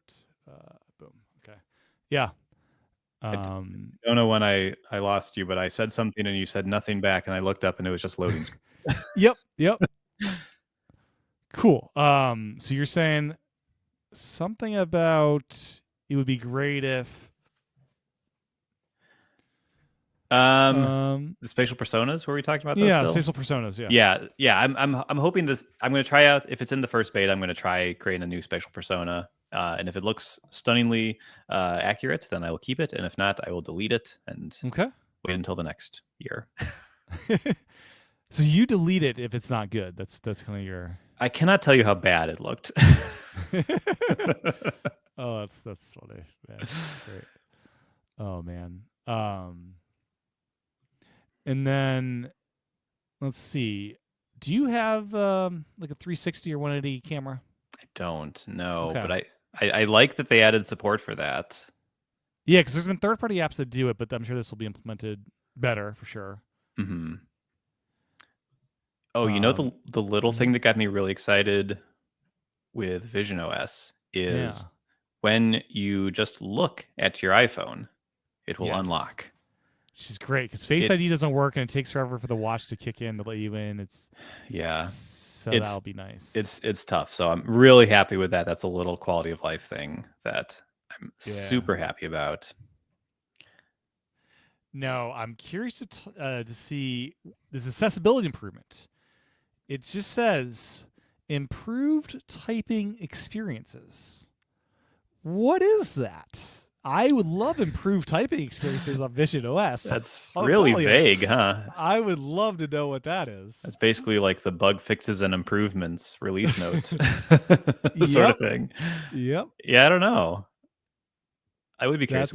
Which way do you find yourself typing most often? Are you like actually like pecking at the things, or are you like looking and like I mainly dictate. Oh, you mainly dictate. Okay. I send whatever the dictation has. So if you get a weird text, that's why. Okay. Interesting. I do some typing, but man, it's slow, and it is slow. I definitely need to retrain my eyes like monthly to get it back on course. Okay. Yeah. If so with a controller, slowly, much quicker. Yeah, that would be interesting, actually. Yeah, we'll see. We'll see. Look to scroll is there. That was rumored. Automatically scroll through Safari web pages after losing your eyes. What's that like? Mm-hmm. They did hand tracking has been updated to 90 hertz. 90 hertz. I guess it was less before. Less, but whenever you're like, there was a slight lag, so hopefully that'll kind of make it more in real time, because I think the display is 90 hertz, so I think that's just basically up to real time.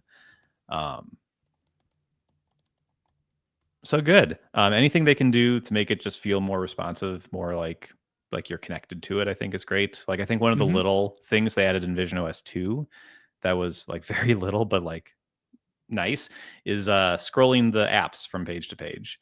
In like Vision OS 1, it was either like 30 or 60 FPS, and they got it up to 90 for the next one. It just feels so smooth, so nice to move from page to page. So I'm a big fan for responsiveness. Yeah, I'm looking at the Vision OS 2 update page, and they said Vision OS 1 system provided developers with hand tracking at 30 hertz. 30 hertz. And on Vision OS 2, hand tracking provided the display refresh rate typically 90 hertz. So I don't know what's going on. It's better, I guess, but I thought it was already improved to 90 hertz. But I guess okay. Well, if it's exactly the same, then carry on. But it says it's better. But they call it out. They call it out. They say it's better.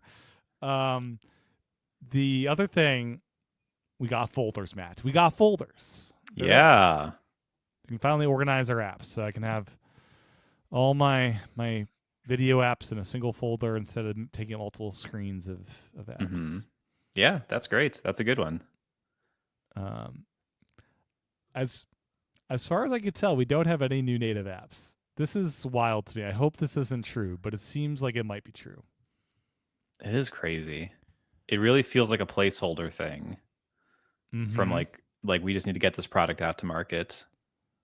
Let's just put a few compatible apps on there. But come on, native podcast app, let's go. Yeah, it's weird. I don't get it. Very, very bizarre. Are you inspired to buy a 360 or 180 camera now that the Vision Pro supports this for your next ski trip, or water skiing trip, No. I mean, if I was doing those things, then yes. Sure. If you go skydiving, you do these things every day. Yeah. Yeah. But I probably won't be doing those things. Okay. And I love how it calls out new immersive content. It's like, okay, sure. Yeah. I doubt this new immersive content requires Vision OS 26 for it, but probably not. Sure. You could probably do 24 versions lower and still be okay. Yeah, right. Now, what does look cool is this Jupyter environment.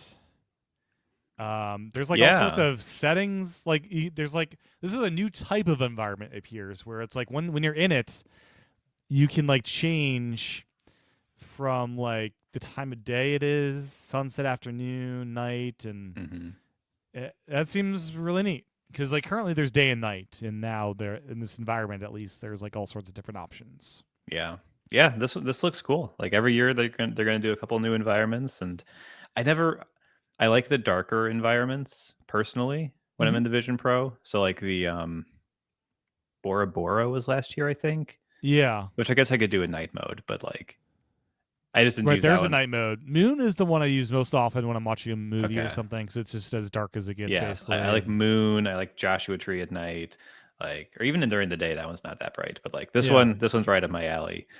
So yeah, I will definitely be trying it. Yeah, the Jupiter looks very cool. Let's see, Apple Intelligence. We already talked about that stuff. It is on Vision OS. So that's all very nice. Is there anything else they announced for this? This is the thing. Like, it seems like, are we gonna get any more window management things in here? And it seems like not. No. Yeah, workspaces are like a stage manager for Vision OS. Seems like it would be nice. Like it feels like you should be able to like make a folder of apps or like something, and you're like, oh, here's my workstation, and you like tap this one thing or select this one thing, and like your 3 windows open. Here's my browser, here's my chat, here's the third thing I use or whatever. Yep. So seems like that should be there. Hopefully we'll get to it. It seems like they're leaning into the experiences portion of it. They're doing, I guess they are doing some of the productivity stuff too. So yeah, I guess it is a mix, but like a lot of it is like your 360 video is going to work better now.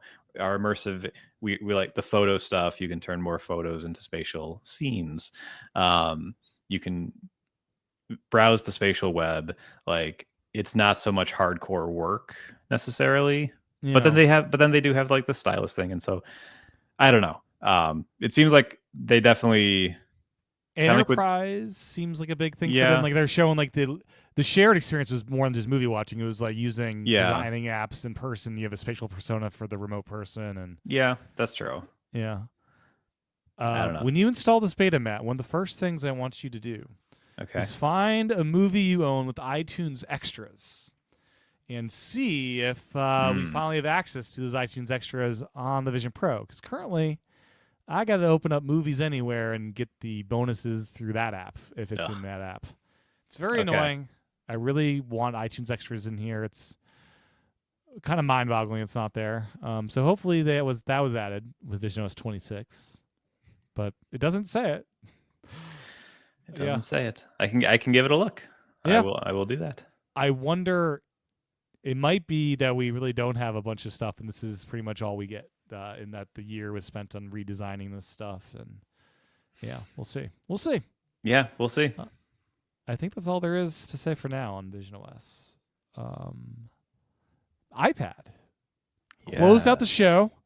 Apple clearly is excited about this, as I think we all should be. It's a big one this year, guys. iPad got the big update for multitasking and productivity in general. Content creators can finally stop complaining mostly about things. So we have unlimited windows, it seems, in iPad multitasking, which seems separate from Stage Manager from what I can tell. It is a separate thing from Stage Manager. So when the iPad boots up after updating, it will show you a screen that basically asks, what's your preferred way of working? Do you want your apps to be full screen, or do you want to mix full screen and windowed apps? And if you choose full screen and windowed apps will still launch in full screen, but or at least by default, the first time you launch them. But there will always be the little grabber in the bottom right where you can resize the window and you can move it around. But it's not Stage Manager. You can still turn on Stage Manager. Mini. Yep. So you can still turn on Stage Manager if you want, I think. I assume.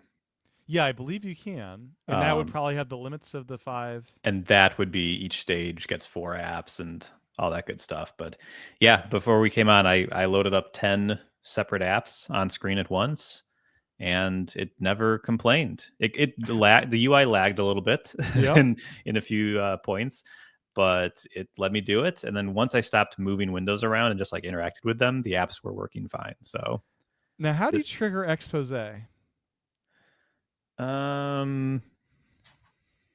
Science cannot explain. Oh, here we go. I just dragged up. I think expose is not showing me all my windows because I just loaded a crap ton. I loaded like 20 windows from messages, and it just keeps letting you add them. You can just add as many as you want now. Oh yeah, it does. Like, yeah, you just swipe up a little bit as though you're bringing up multitasking, and it shows you just the apps that are open. I think there might be a limit there. I think it maxes out at 12 windows in expose, because I think I have more than that. Let me try adding one more, and I think, yeah, there is a max on expose. So there's a 12 window app for expose, but you can just keep adding apps beyond 12. That is interesting because the Mac, it's expose. You can have more than 12 windows open. It's expose. I'm sure. You can right, Matt? open every app in your apps applications folder and watch your computer weep, but it will do it. and expose will keep working. Oh yeah. Oh, interesting for it.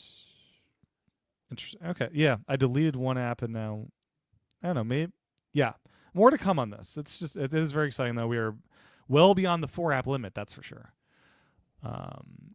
And external display should be nicer and comfier to use this way. Oh yeah, much better. And yeah, the Windows, literally any pixel width you want, like, will work. And you can drag it off the screen, which is nice. Yeah, it won't correct you and like find a spot to put it like Stage Manager does. It's truly freeform windowing.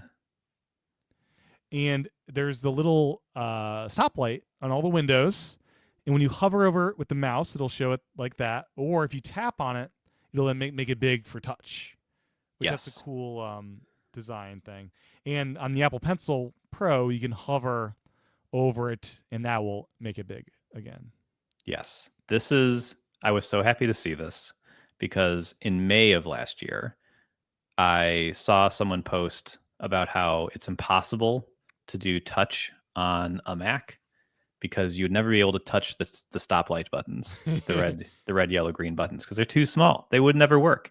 And I mocked up basically exactly what Apple did, which was, they just be like these little 3 icons close together. You tap them, it would expand to your 3 options, and you would choose the one. And if you're using a mouse, you could just click them. And that's what Apple did. So yes. I'm very, very, very happy to see it happen. I think it's great. The crazy thing, I think, is that they gave up on their fancy mouse pointer. I'm so kind of sad about this. I love the circle blob that morphed into things. Now, I will say, I did test Ferrite as we've been on the call, and apps that did a custom pointer thing. So in Ferrite, if you hold down Option, I believe it is, it will morph the cursor to a selector, a big, tall, horizontal line that selects stuff. That still works, so it can still morph. It just doesn't have the fun animation, I think, anymore. Okay.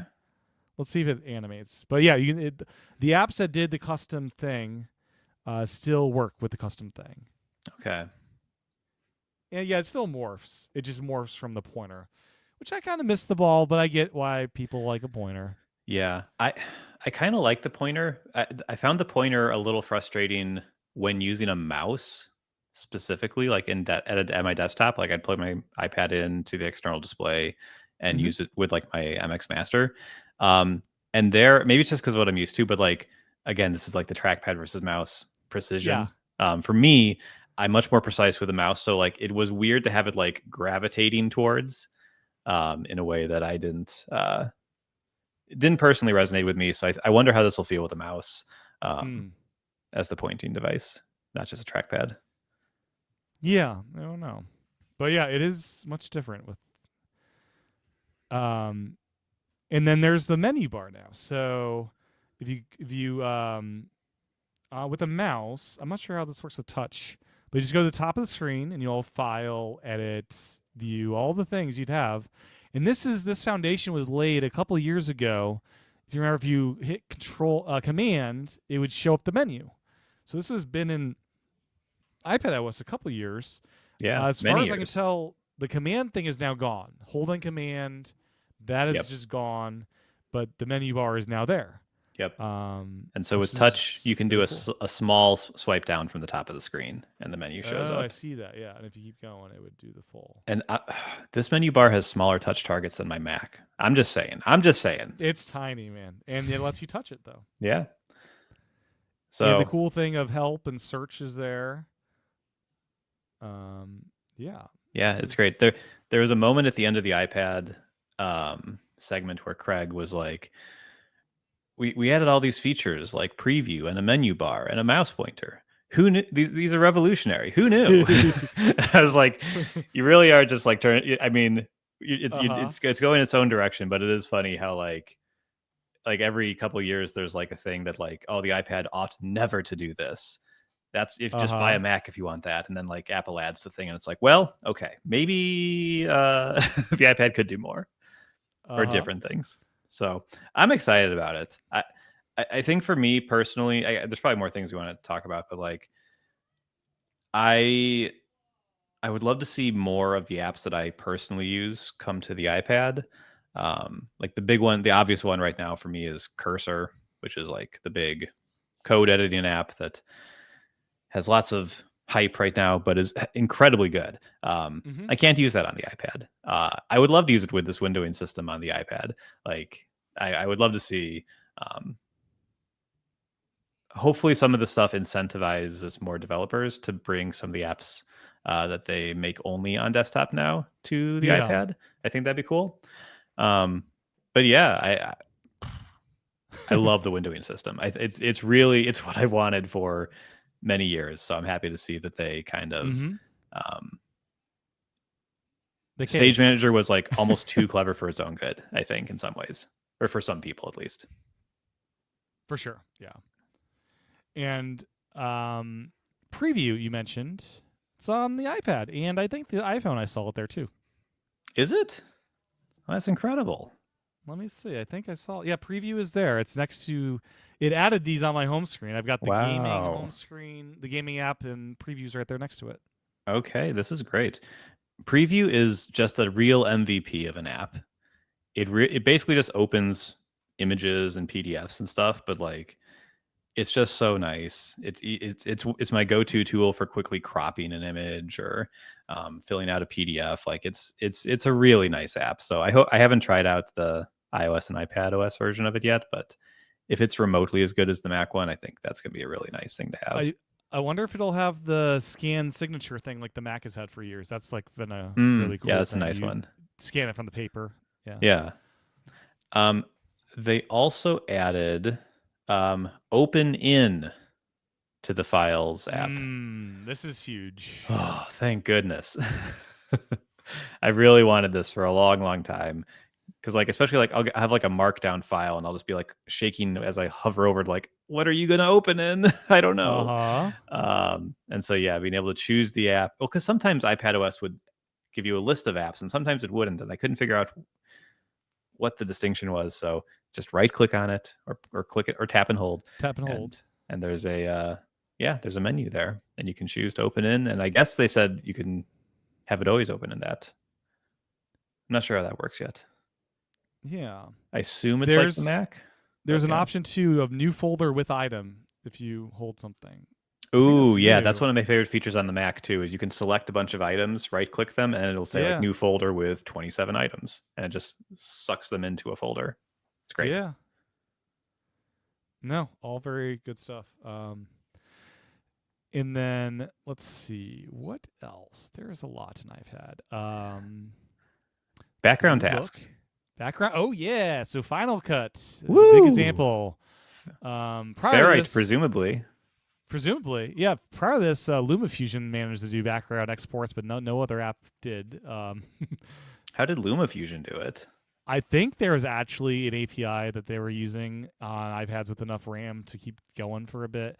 It's not like permanently, but it would let you go for a full minute or two before you have to jump back in. Okay. So it was like better than like Final Cut, but still not like which dies right away. Okay. Right away, instantly, instant death. I'm thinking about my YouTube exports, which can be like 30 minutes or whatever. And that's, but it would be enough to where if you accidentally close it, you can like do what you need to do and get back in. Gotcha. Okay. But yeah, now it's just a thing. I have it installed. Let me see if it just works without any updates. Yeah, it looked like a live activity almost. Yeah. So I wonder now if I don't have Final Cut installed, but I've got LumaFusion. So let's see if it just works without any updates. I doubt that would be. I doubt it, but it would be great. Boom. Let's go to home and see what happens. It seems that updates are required. Yeah. But that's okay. We can work with updates. We can. Yeah, but it's there now, and that's awesome. Yeah, that was a huge one because like, man, that was such like. That's like the classic like example. People go like, "This is just stupid," and it was. It was very stupid. Let's see, window tilting. Oh yeah, so the old school way of like split screen multitasking on iPad, I loved and used it a bunch. It seems like that is still there, sort of. Like if you go to the side of a window, like it'll do the 2-window thing. In some degree, I need to figure out how that works exactly because that seems like it's there, but unclear how easy it is to do that. Yeah. Okay. Yeah, I'm actually not even familiar with that feature, so I'm not sure. So outside of Stage Manager, there was the 2-app thing where you have split screen. Two different apps. Duh. Yeah. That. I have switched over to the new system, so I don't know if it's just because I'm doing that, but it works similar to how the Mac works and similar to how iPadOS worked. Is you can kind of there's like a gesture now to throw it over to the side. You kind of toss it to the right or the left. Yeah, and it takes up half the screen. And then when you have 2 apps, there's a little grabber in the middle where you can resize it. And you can tap and hold on the green one to have these different tiling things. And there's a 3 tile option, which I really like that's there. Mm-hmm. And there's a 4 tile, which is nice. Yep. And let's see, the old triple dot gray thing lives on at certain size classes, which is cool. Yeah. And then, the colored folders are there, and folders can be in the dock. So you can match your Mac dock, I think, on the iPad now. Is that the only thing that was lacking from the iPad dock? Oh, there's probably more, but pretty much it. Yeah, that's really great. I like on the Mac, I've always had my downloads folder in the dock, so that when I download something from anywhere, it's just in one place that I can get to very easily. So I will probably do that with my iPad as well, because downloads on my iPhone and iPad are a thing that I lose. I don't know why. Probably just because they're not right in front of me. So yeah, I'll put my downloads folder there, and that'll be great. Nice. Yeah. There's still the limit as to the number of things that you can put in your dock. So that's something the Mac definitely has an edge on as far as that. Journal is here, as we talked about before. Journal's here. With Apple Pencil support. The place it maybe should have started. Yes, one could say that. For sure. Let me launch Journal just to have a look at this thing. Let's see. Yeah, so and there's a whole places thing. This is a nice interface. Yeah, more on this later. But yeah, this looks very, very nice. What else? Apple Intelligence. So shortcuts looks very nice with what you can do there, as we already talked about. Accessibility. The vehicle motion cues are on iPad, so that'll be nice for all those people thrown up in cars. Oh, yeah. They added that to the iPhone a year or two ago, right? Yeah, which I turn on every now and then. It seems useful-ish. We'll take it. Yeah. Oh, how do we not talk about local capture, Matt, as we are content creators of sorts? So this is a big thing. They finally did it. So you can now create a podcast with end-to-end. What do you call it? End-to-end recordings, local recordings. Yeah, local recordings on both sides. So Yep. yeah, it sounds like the way this works is there's an official system you can Yes. integrate to where you while you're doing audio and video stuff, you can simultaneously, kind of like you do a screen recording. Yeah. You like go into Control Center and kick it off there, but you start a local recording for the video and audio that you're doing, and then it's just stored locally on your device, and you can do whatever you want with it afterwards. So this, in theory, is really nice. They showed a web app doing this. They did. It works in Safari. It works basically in Safari. designed for web conferencing. It's unclear if like just pure audio call could do this as well. Yeah. Like, if does FaceTime audio work with this? I don't know. And also, what happens when your device gets low on storage? Will you lose the entire recording? I'd love to know that. Or will it like save it before it craps out on you? Because I know screen recording for extended lengths of time can be problematic, to say the least. So you'd think this one would be designed more with like an hour plus recording in mind. You would hope so. Versus, this is for the 10-minute podcast, for the quick news interview. Yeah, I don't know. Hopefully it's designed with length in mind. So this is amazing. I would still love Audio Hijack to be able to exist on iPad, and it sounds like that does not have that ability still. Yeah, this is a thing to explore over the next couple weeks when developers get their hands on it. Because, like, could you join like a call here, like we are in StreamYard, and we're using the web browser, we're talking here, everything's being recorded and shared to YouTube and everything. But like, could we also have Audio Hijack for iPad, if this existed, running, and that's capturing the local recording? Can you do it in two different places? I don't know. Yeah, that'll be curious. And there's a new input chooser to make it easy to choose. Thank God, because like essentially FaceTime on iPad is like, we'll use whatever mic we decide to this day. And like I like to take when I walk the dog, I like to kind of like talk through things that I'm like working on, like for work or for blog posts or something like that. And so I like to take like voice memos. And as far as I can tell, in every third-party app, they have no way to like use the AirPods as the input source. If you have AirPods in, it will always use the iPhone microphone only.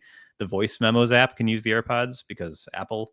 But I've tried to do this in Ferrite, and when you have like a microphone plugged in, Ferrite can let you choose the input, but not AirPods. So I'm really hoping this lets me do audio notes through AirPods through whatever app I want.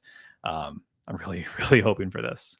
And if you use Apple Notes for the capture conversation in the iPhone app, the Notes app, as audio recordings, maybe you'll be able to do this with the Notes app, Matt, and have transcriptions of what you record. Yeah, maybe. It sounds like maybe that could be a thing. But yeah, this local capture thing's very intriguing.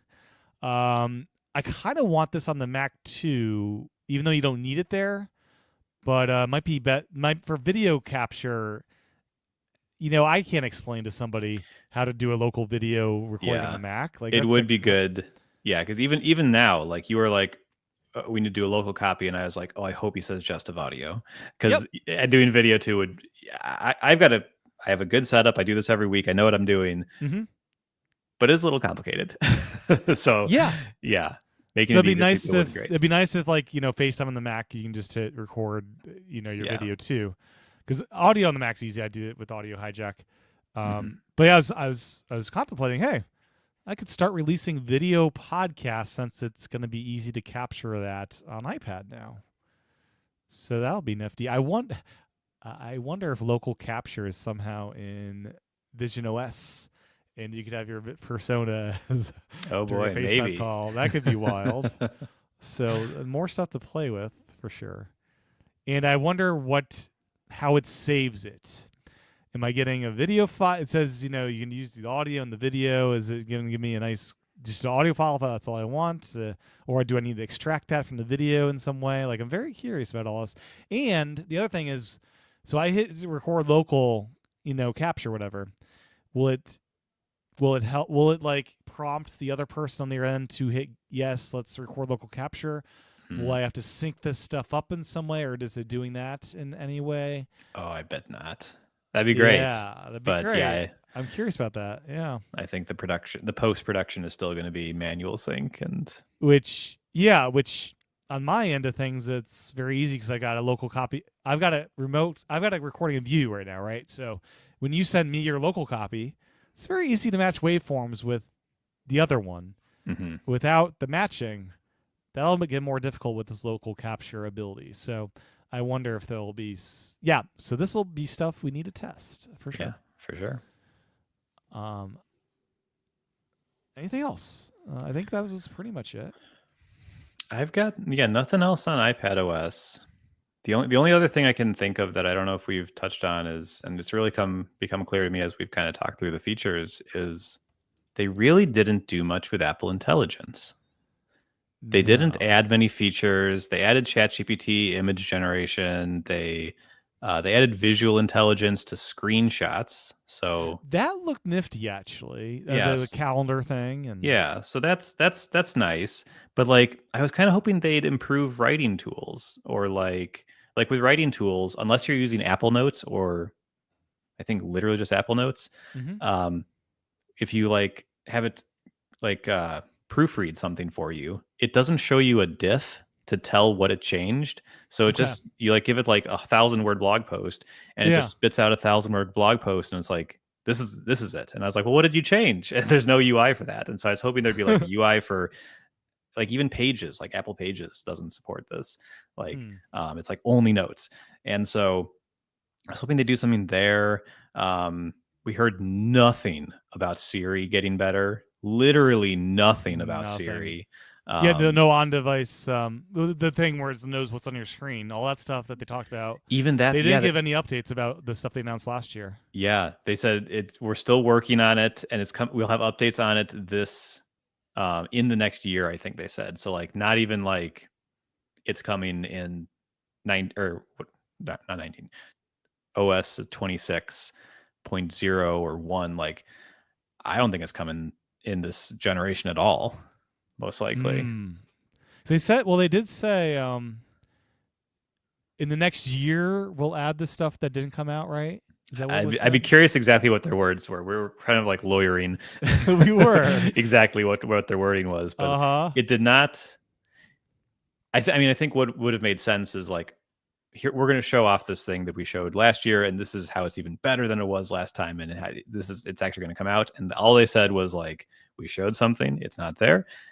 In the next year, you'll hear more about this, which could be we're not doing it. So yeah, that was a bit of a surprise. But yeah, I guess the rumors were that they weren't going to do as much Apple Intelligence stuff this year as last year, and I was kind of skeptical of that. I really thought they've got to keep going on it. Like, they got to keep iterating on it. And like, with a couple of exceptions, they really didn't in a way that I was expecting. So yeah, I think that was a little surprising, but I'm not upset about it. Like, they're not leading in any of these like AI things. So as long as they are a great platform to use and are a good place for those other companies to build their apps, I don't think it's a huge problem. But yeah, they're doing the emoji thing where you can combine 2 emoji and stuff like that, which the Genmoji thing is probably their best feature, probably.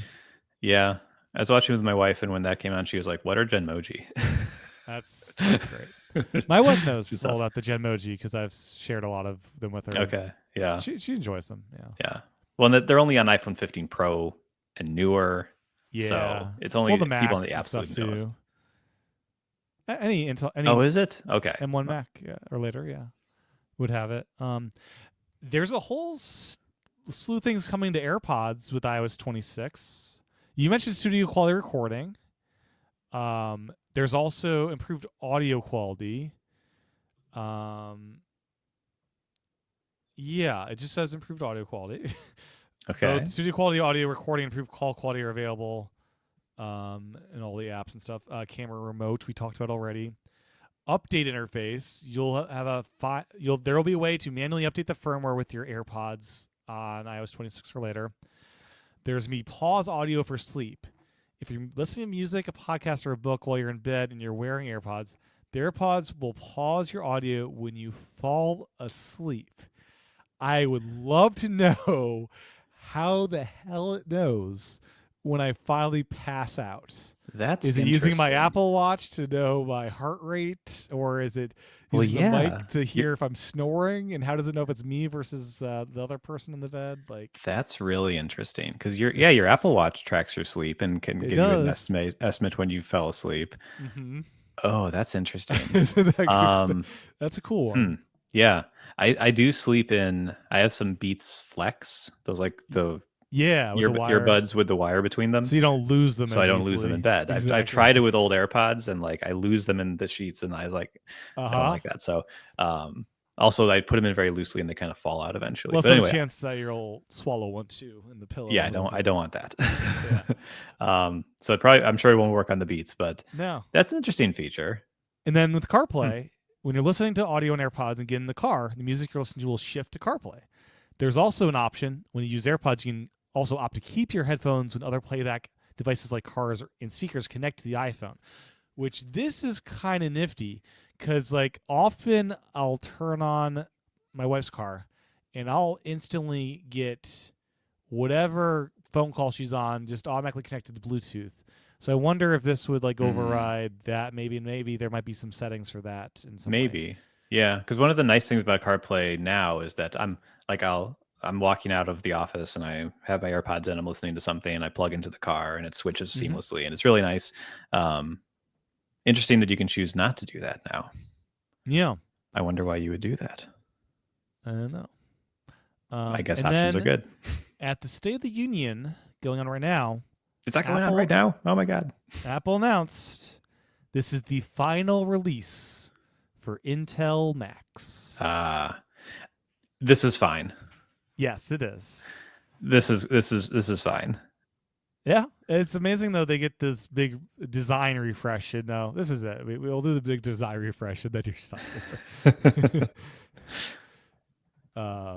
And then what else? Yeah, more vehicles are getting car keys. Oh, the Launchpad is now an app library. So the whole Back to the Mac event from Lion, where they brought the iPad home screen to the Mac through Launchpad, is now dead. So sad times for those that loved the Launchpad. That's tough. Yeah, it's the app library. Yeah, I was a fan of it. Okay.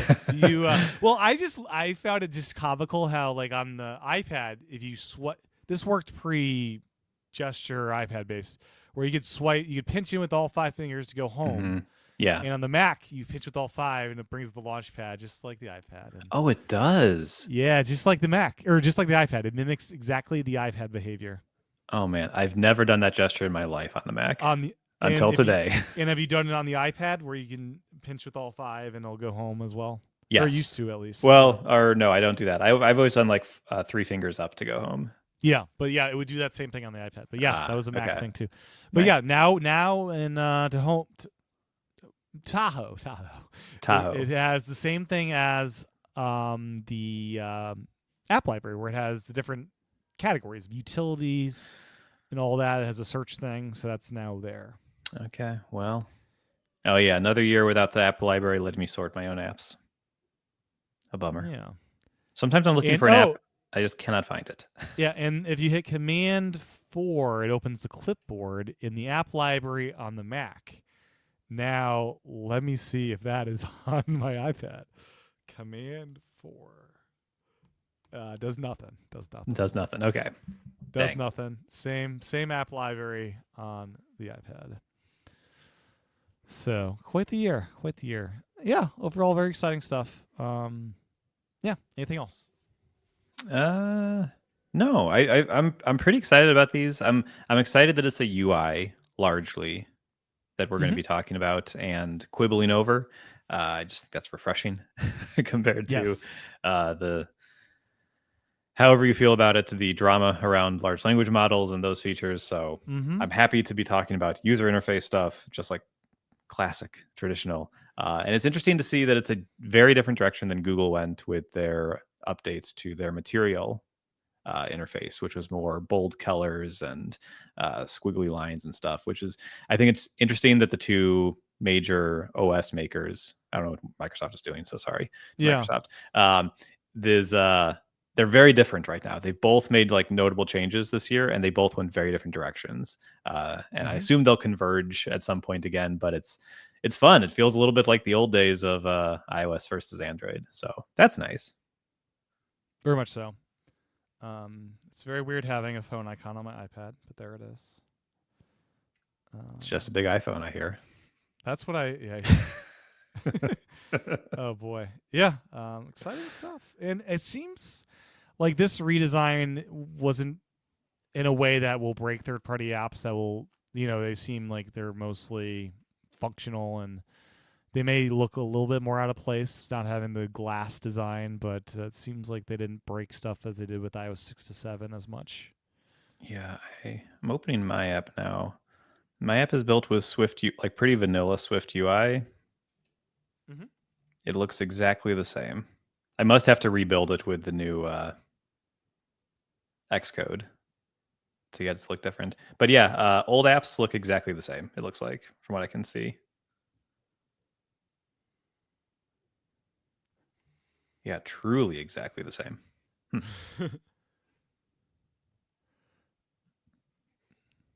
see, offload app. I'm offloading my Death Stranding copy on my phone because it's taking up 54 gigabytes and it's complaining right now. Oh my god. It's a big app. Play it as Kojima the app size, intended. Yeah, the app size is 1.79 gigabytes, but then there's a separate 53 gigabytes of downloads. I hate that. I know why they do that. I get it. But it's so annoying when you when you download something like that and you're like, oh, another 50 gigabytes. Mm-hmm. Yeah, it makes sense because like otherwise you can't download it over cellular. Yeah, I don't know if is Apple hosting that. I don't know. This isn't the point. Who cares who's hosting it? Yeah, I think they host the downloads. Do they? Okay. I would think, but maybe not. They must. They wouldn't let it get through app review. Like, what if you could download a 1 kilobyte app and then download the real app? Right. Yeah, and they could change it on their end. Yeah. So like Fortnite did that one time, right? Yeah. That's back on the store. Ooh, I do have one more question for you. Yeah.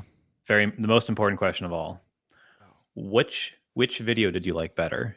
The opening video or the ending video with the song? So the F1 car or the song? I like the car better, I think. I like the song. Oh, man. The song was cool. The song, I was like, oh, this is going to be terrible. And then I was like, I'm enjoying this. Now, how do you put Joy-Cons into pairing mode for a device? Do you know? Oh, I have no idea. Okay. Because I was wondering if iPad OS has mouse support for my Joy-Con 2. Oh. Let me try just holding the sync button for a bit. Because I think that'd be kind of hilarious. It might be too soon for that to be a thing. This is how you do real work. It really an iPad with a Joy-Con controller or mouse. Yeah, right. Yeah. I thought you're going to try to pair them with the Vision Pro, but no. You want to use that would be a move too, right? They should add support for that. Yeah. Don't people have that working? I feel aren't there people who have like hacked together like getting Joy-Cons to work as 3D track controllers with the Vision Pro? So. I feel like that's one of the hacked ways people got like Half-Life Alyx sort of working. Yeah, that's right. There's people doing weird stuff with the Vision Pro. I do like that about it. People are doing wild stuff. And yeah, the whole Kickstarter scene of these VR controllers, I wonder if that'll be a thing at all. Like now that you just buy a PSVR 2 controller. Yeah, I wonder if you'll be able to get these on eBay if people who like have PSVRs but maybe don't use them as much see this as an opportunity to sell the controllers to Vision Pro users. Oh, there's right. there's probably way more PSVR. Well, it has been annoying if the PSVR controller breaks. it's so annoying you can't buy a replacement right now. You have to like go through Yeah. Sony and like, Yeah. I will do more research on this. I'm not finding how to turn the thing on for Bluetooth, but I would love to know. Can I turn this Joy-Con 2 into a mouse for my Vision Pro or my my iPad? Stay tuned. That'd be wonderful. That'd be great. Yeah. Well, Matt, where can folks follow your work and podcast and all that good stuff? Okay. People can follow me. Best place is my blog, birchtree.me, where I write about all the things that I'm interested in, mostly tech. You can follow my podcast, Comfort Zone, which is a Mac Stories podcast. And you can follow me on YouTube at A Better Computer. Excellent. Thank you so much for 2+ hours today going over this fun stuff. This might be our longest one. Which is wild, because I was first like, oh, there's not that much to talk There's about. always stuff to talk about. There's always stuff to talk about. But thank you for having me for like the 15th time or something. So I love coming on the show, whether it's iPads or Vision Pros or Christmas lists or whatever. For sure. Yeah. I think the next one will probably be September is my guess, right? It's probably the next Apple iPhone event. I think that my iPhone 15 Pro is going to be rocking for many years here. It's finally paid off. Well, almost paid off. In September, it'll be paid off. And maybe I'll go a year without having a payment for a phone. But what if they do like glass phones that are transparent and like is the 90s kid in you? Then I might need to get it. I might need to get it at that point. But yeah.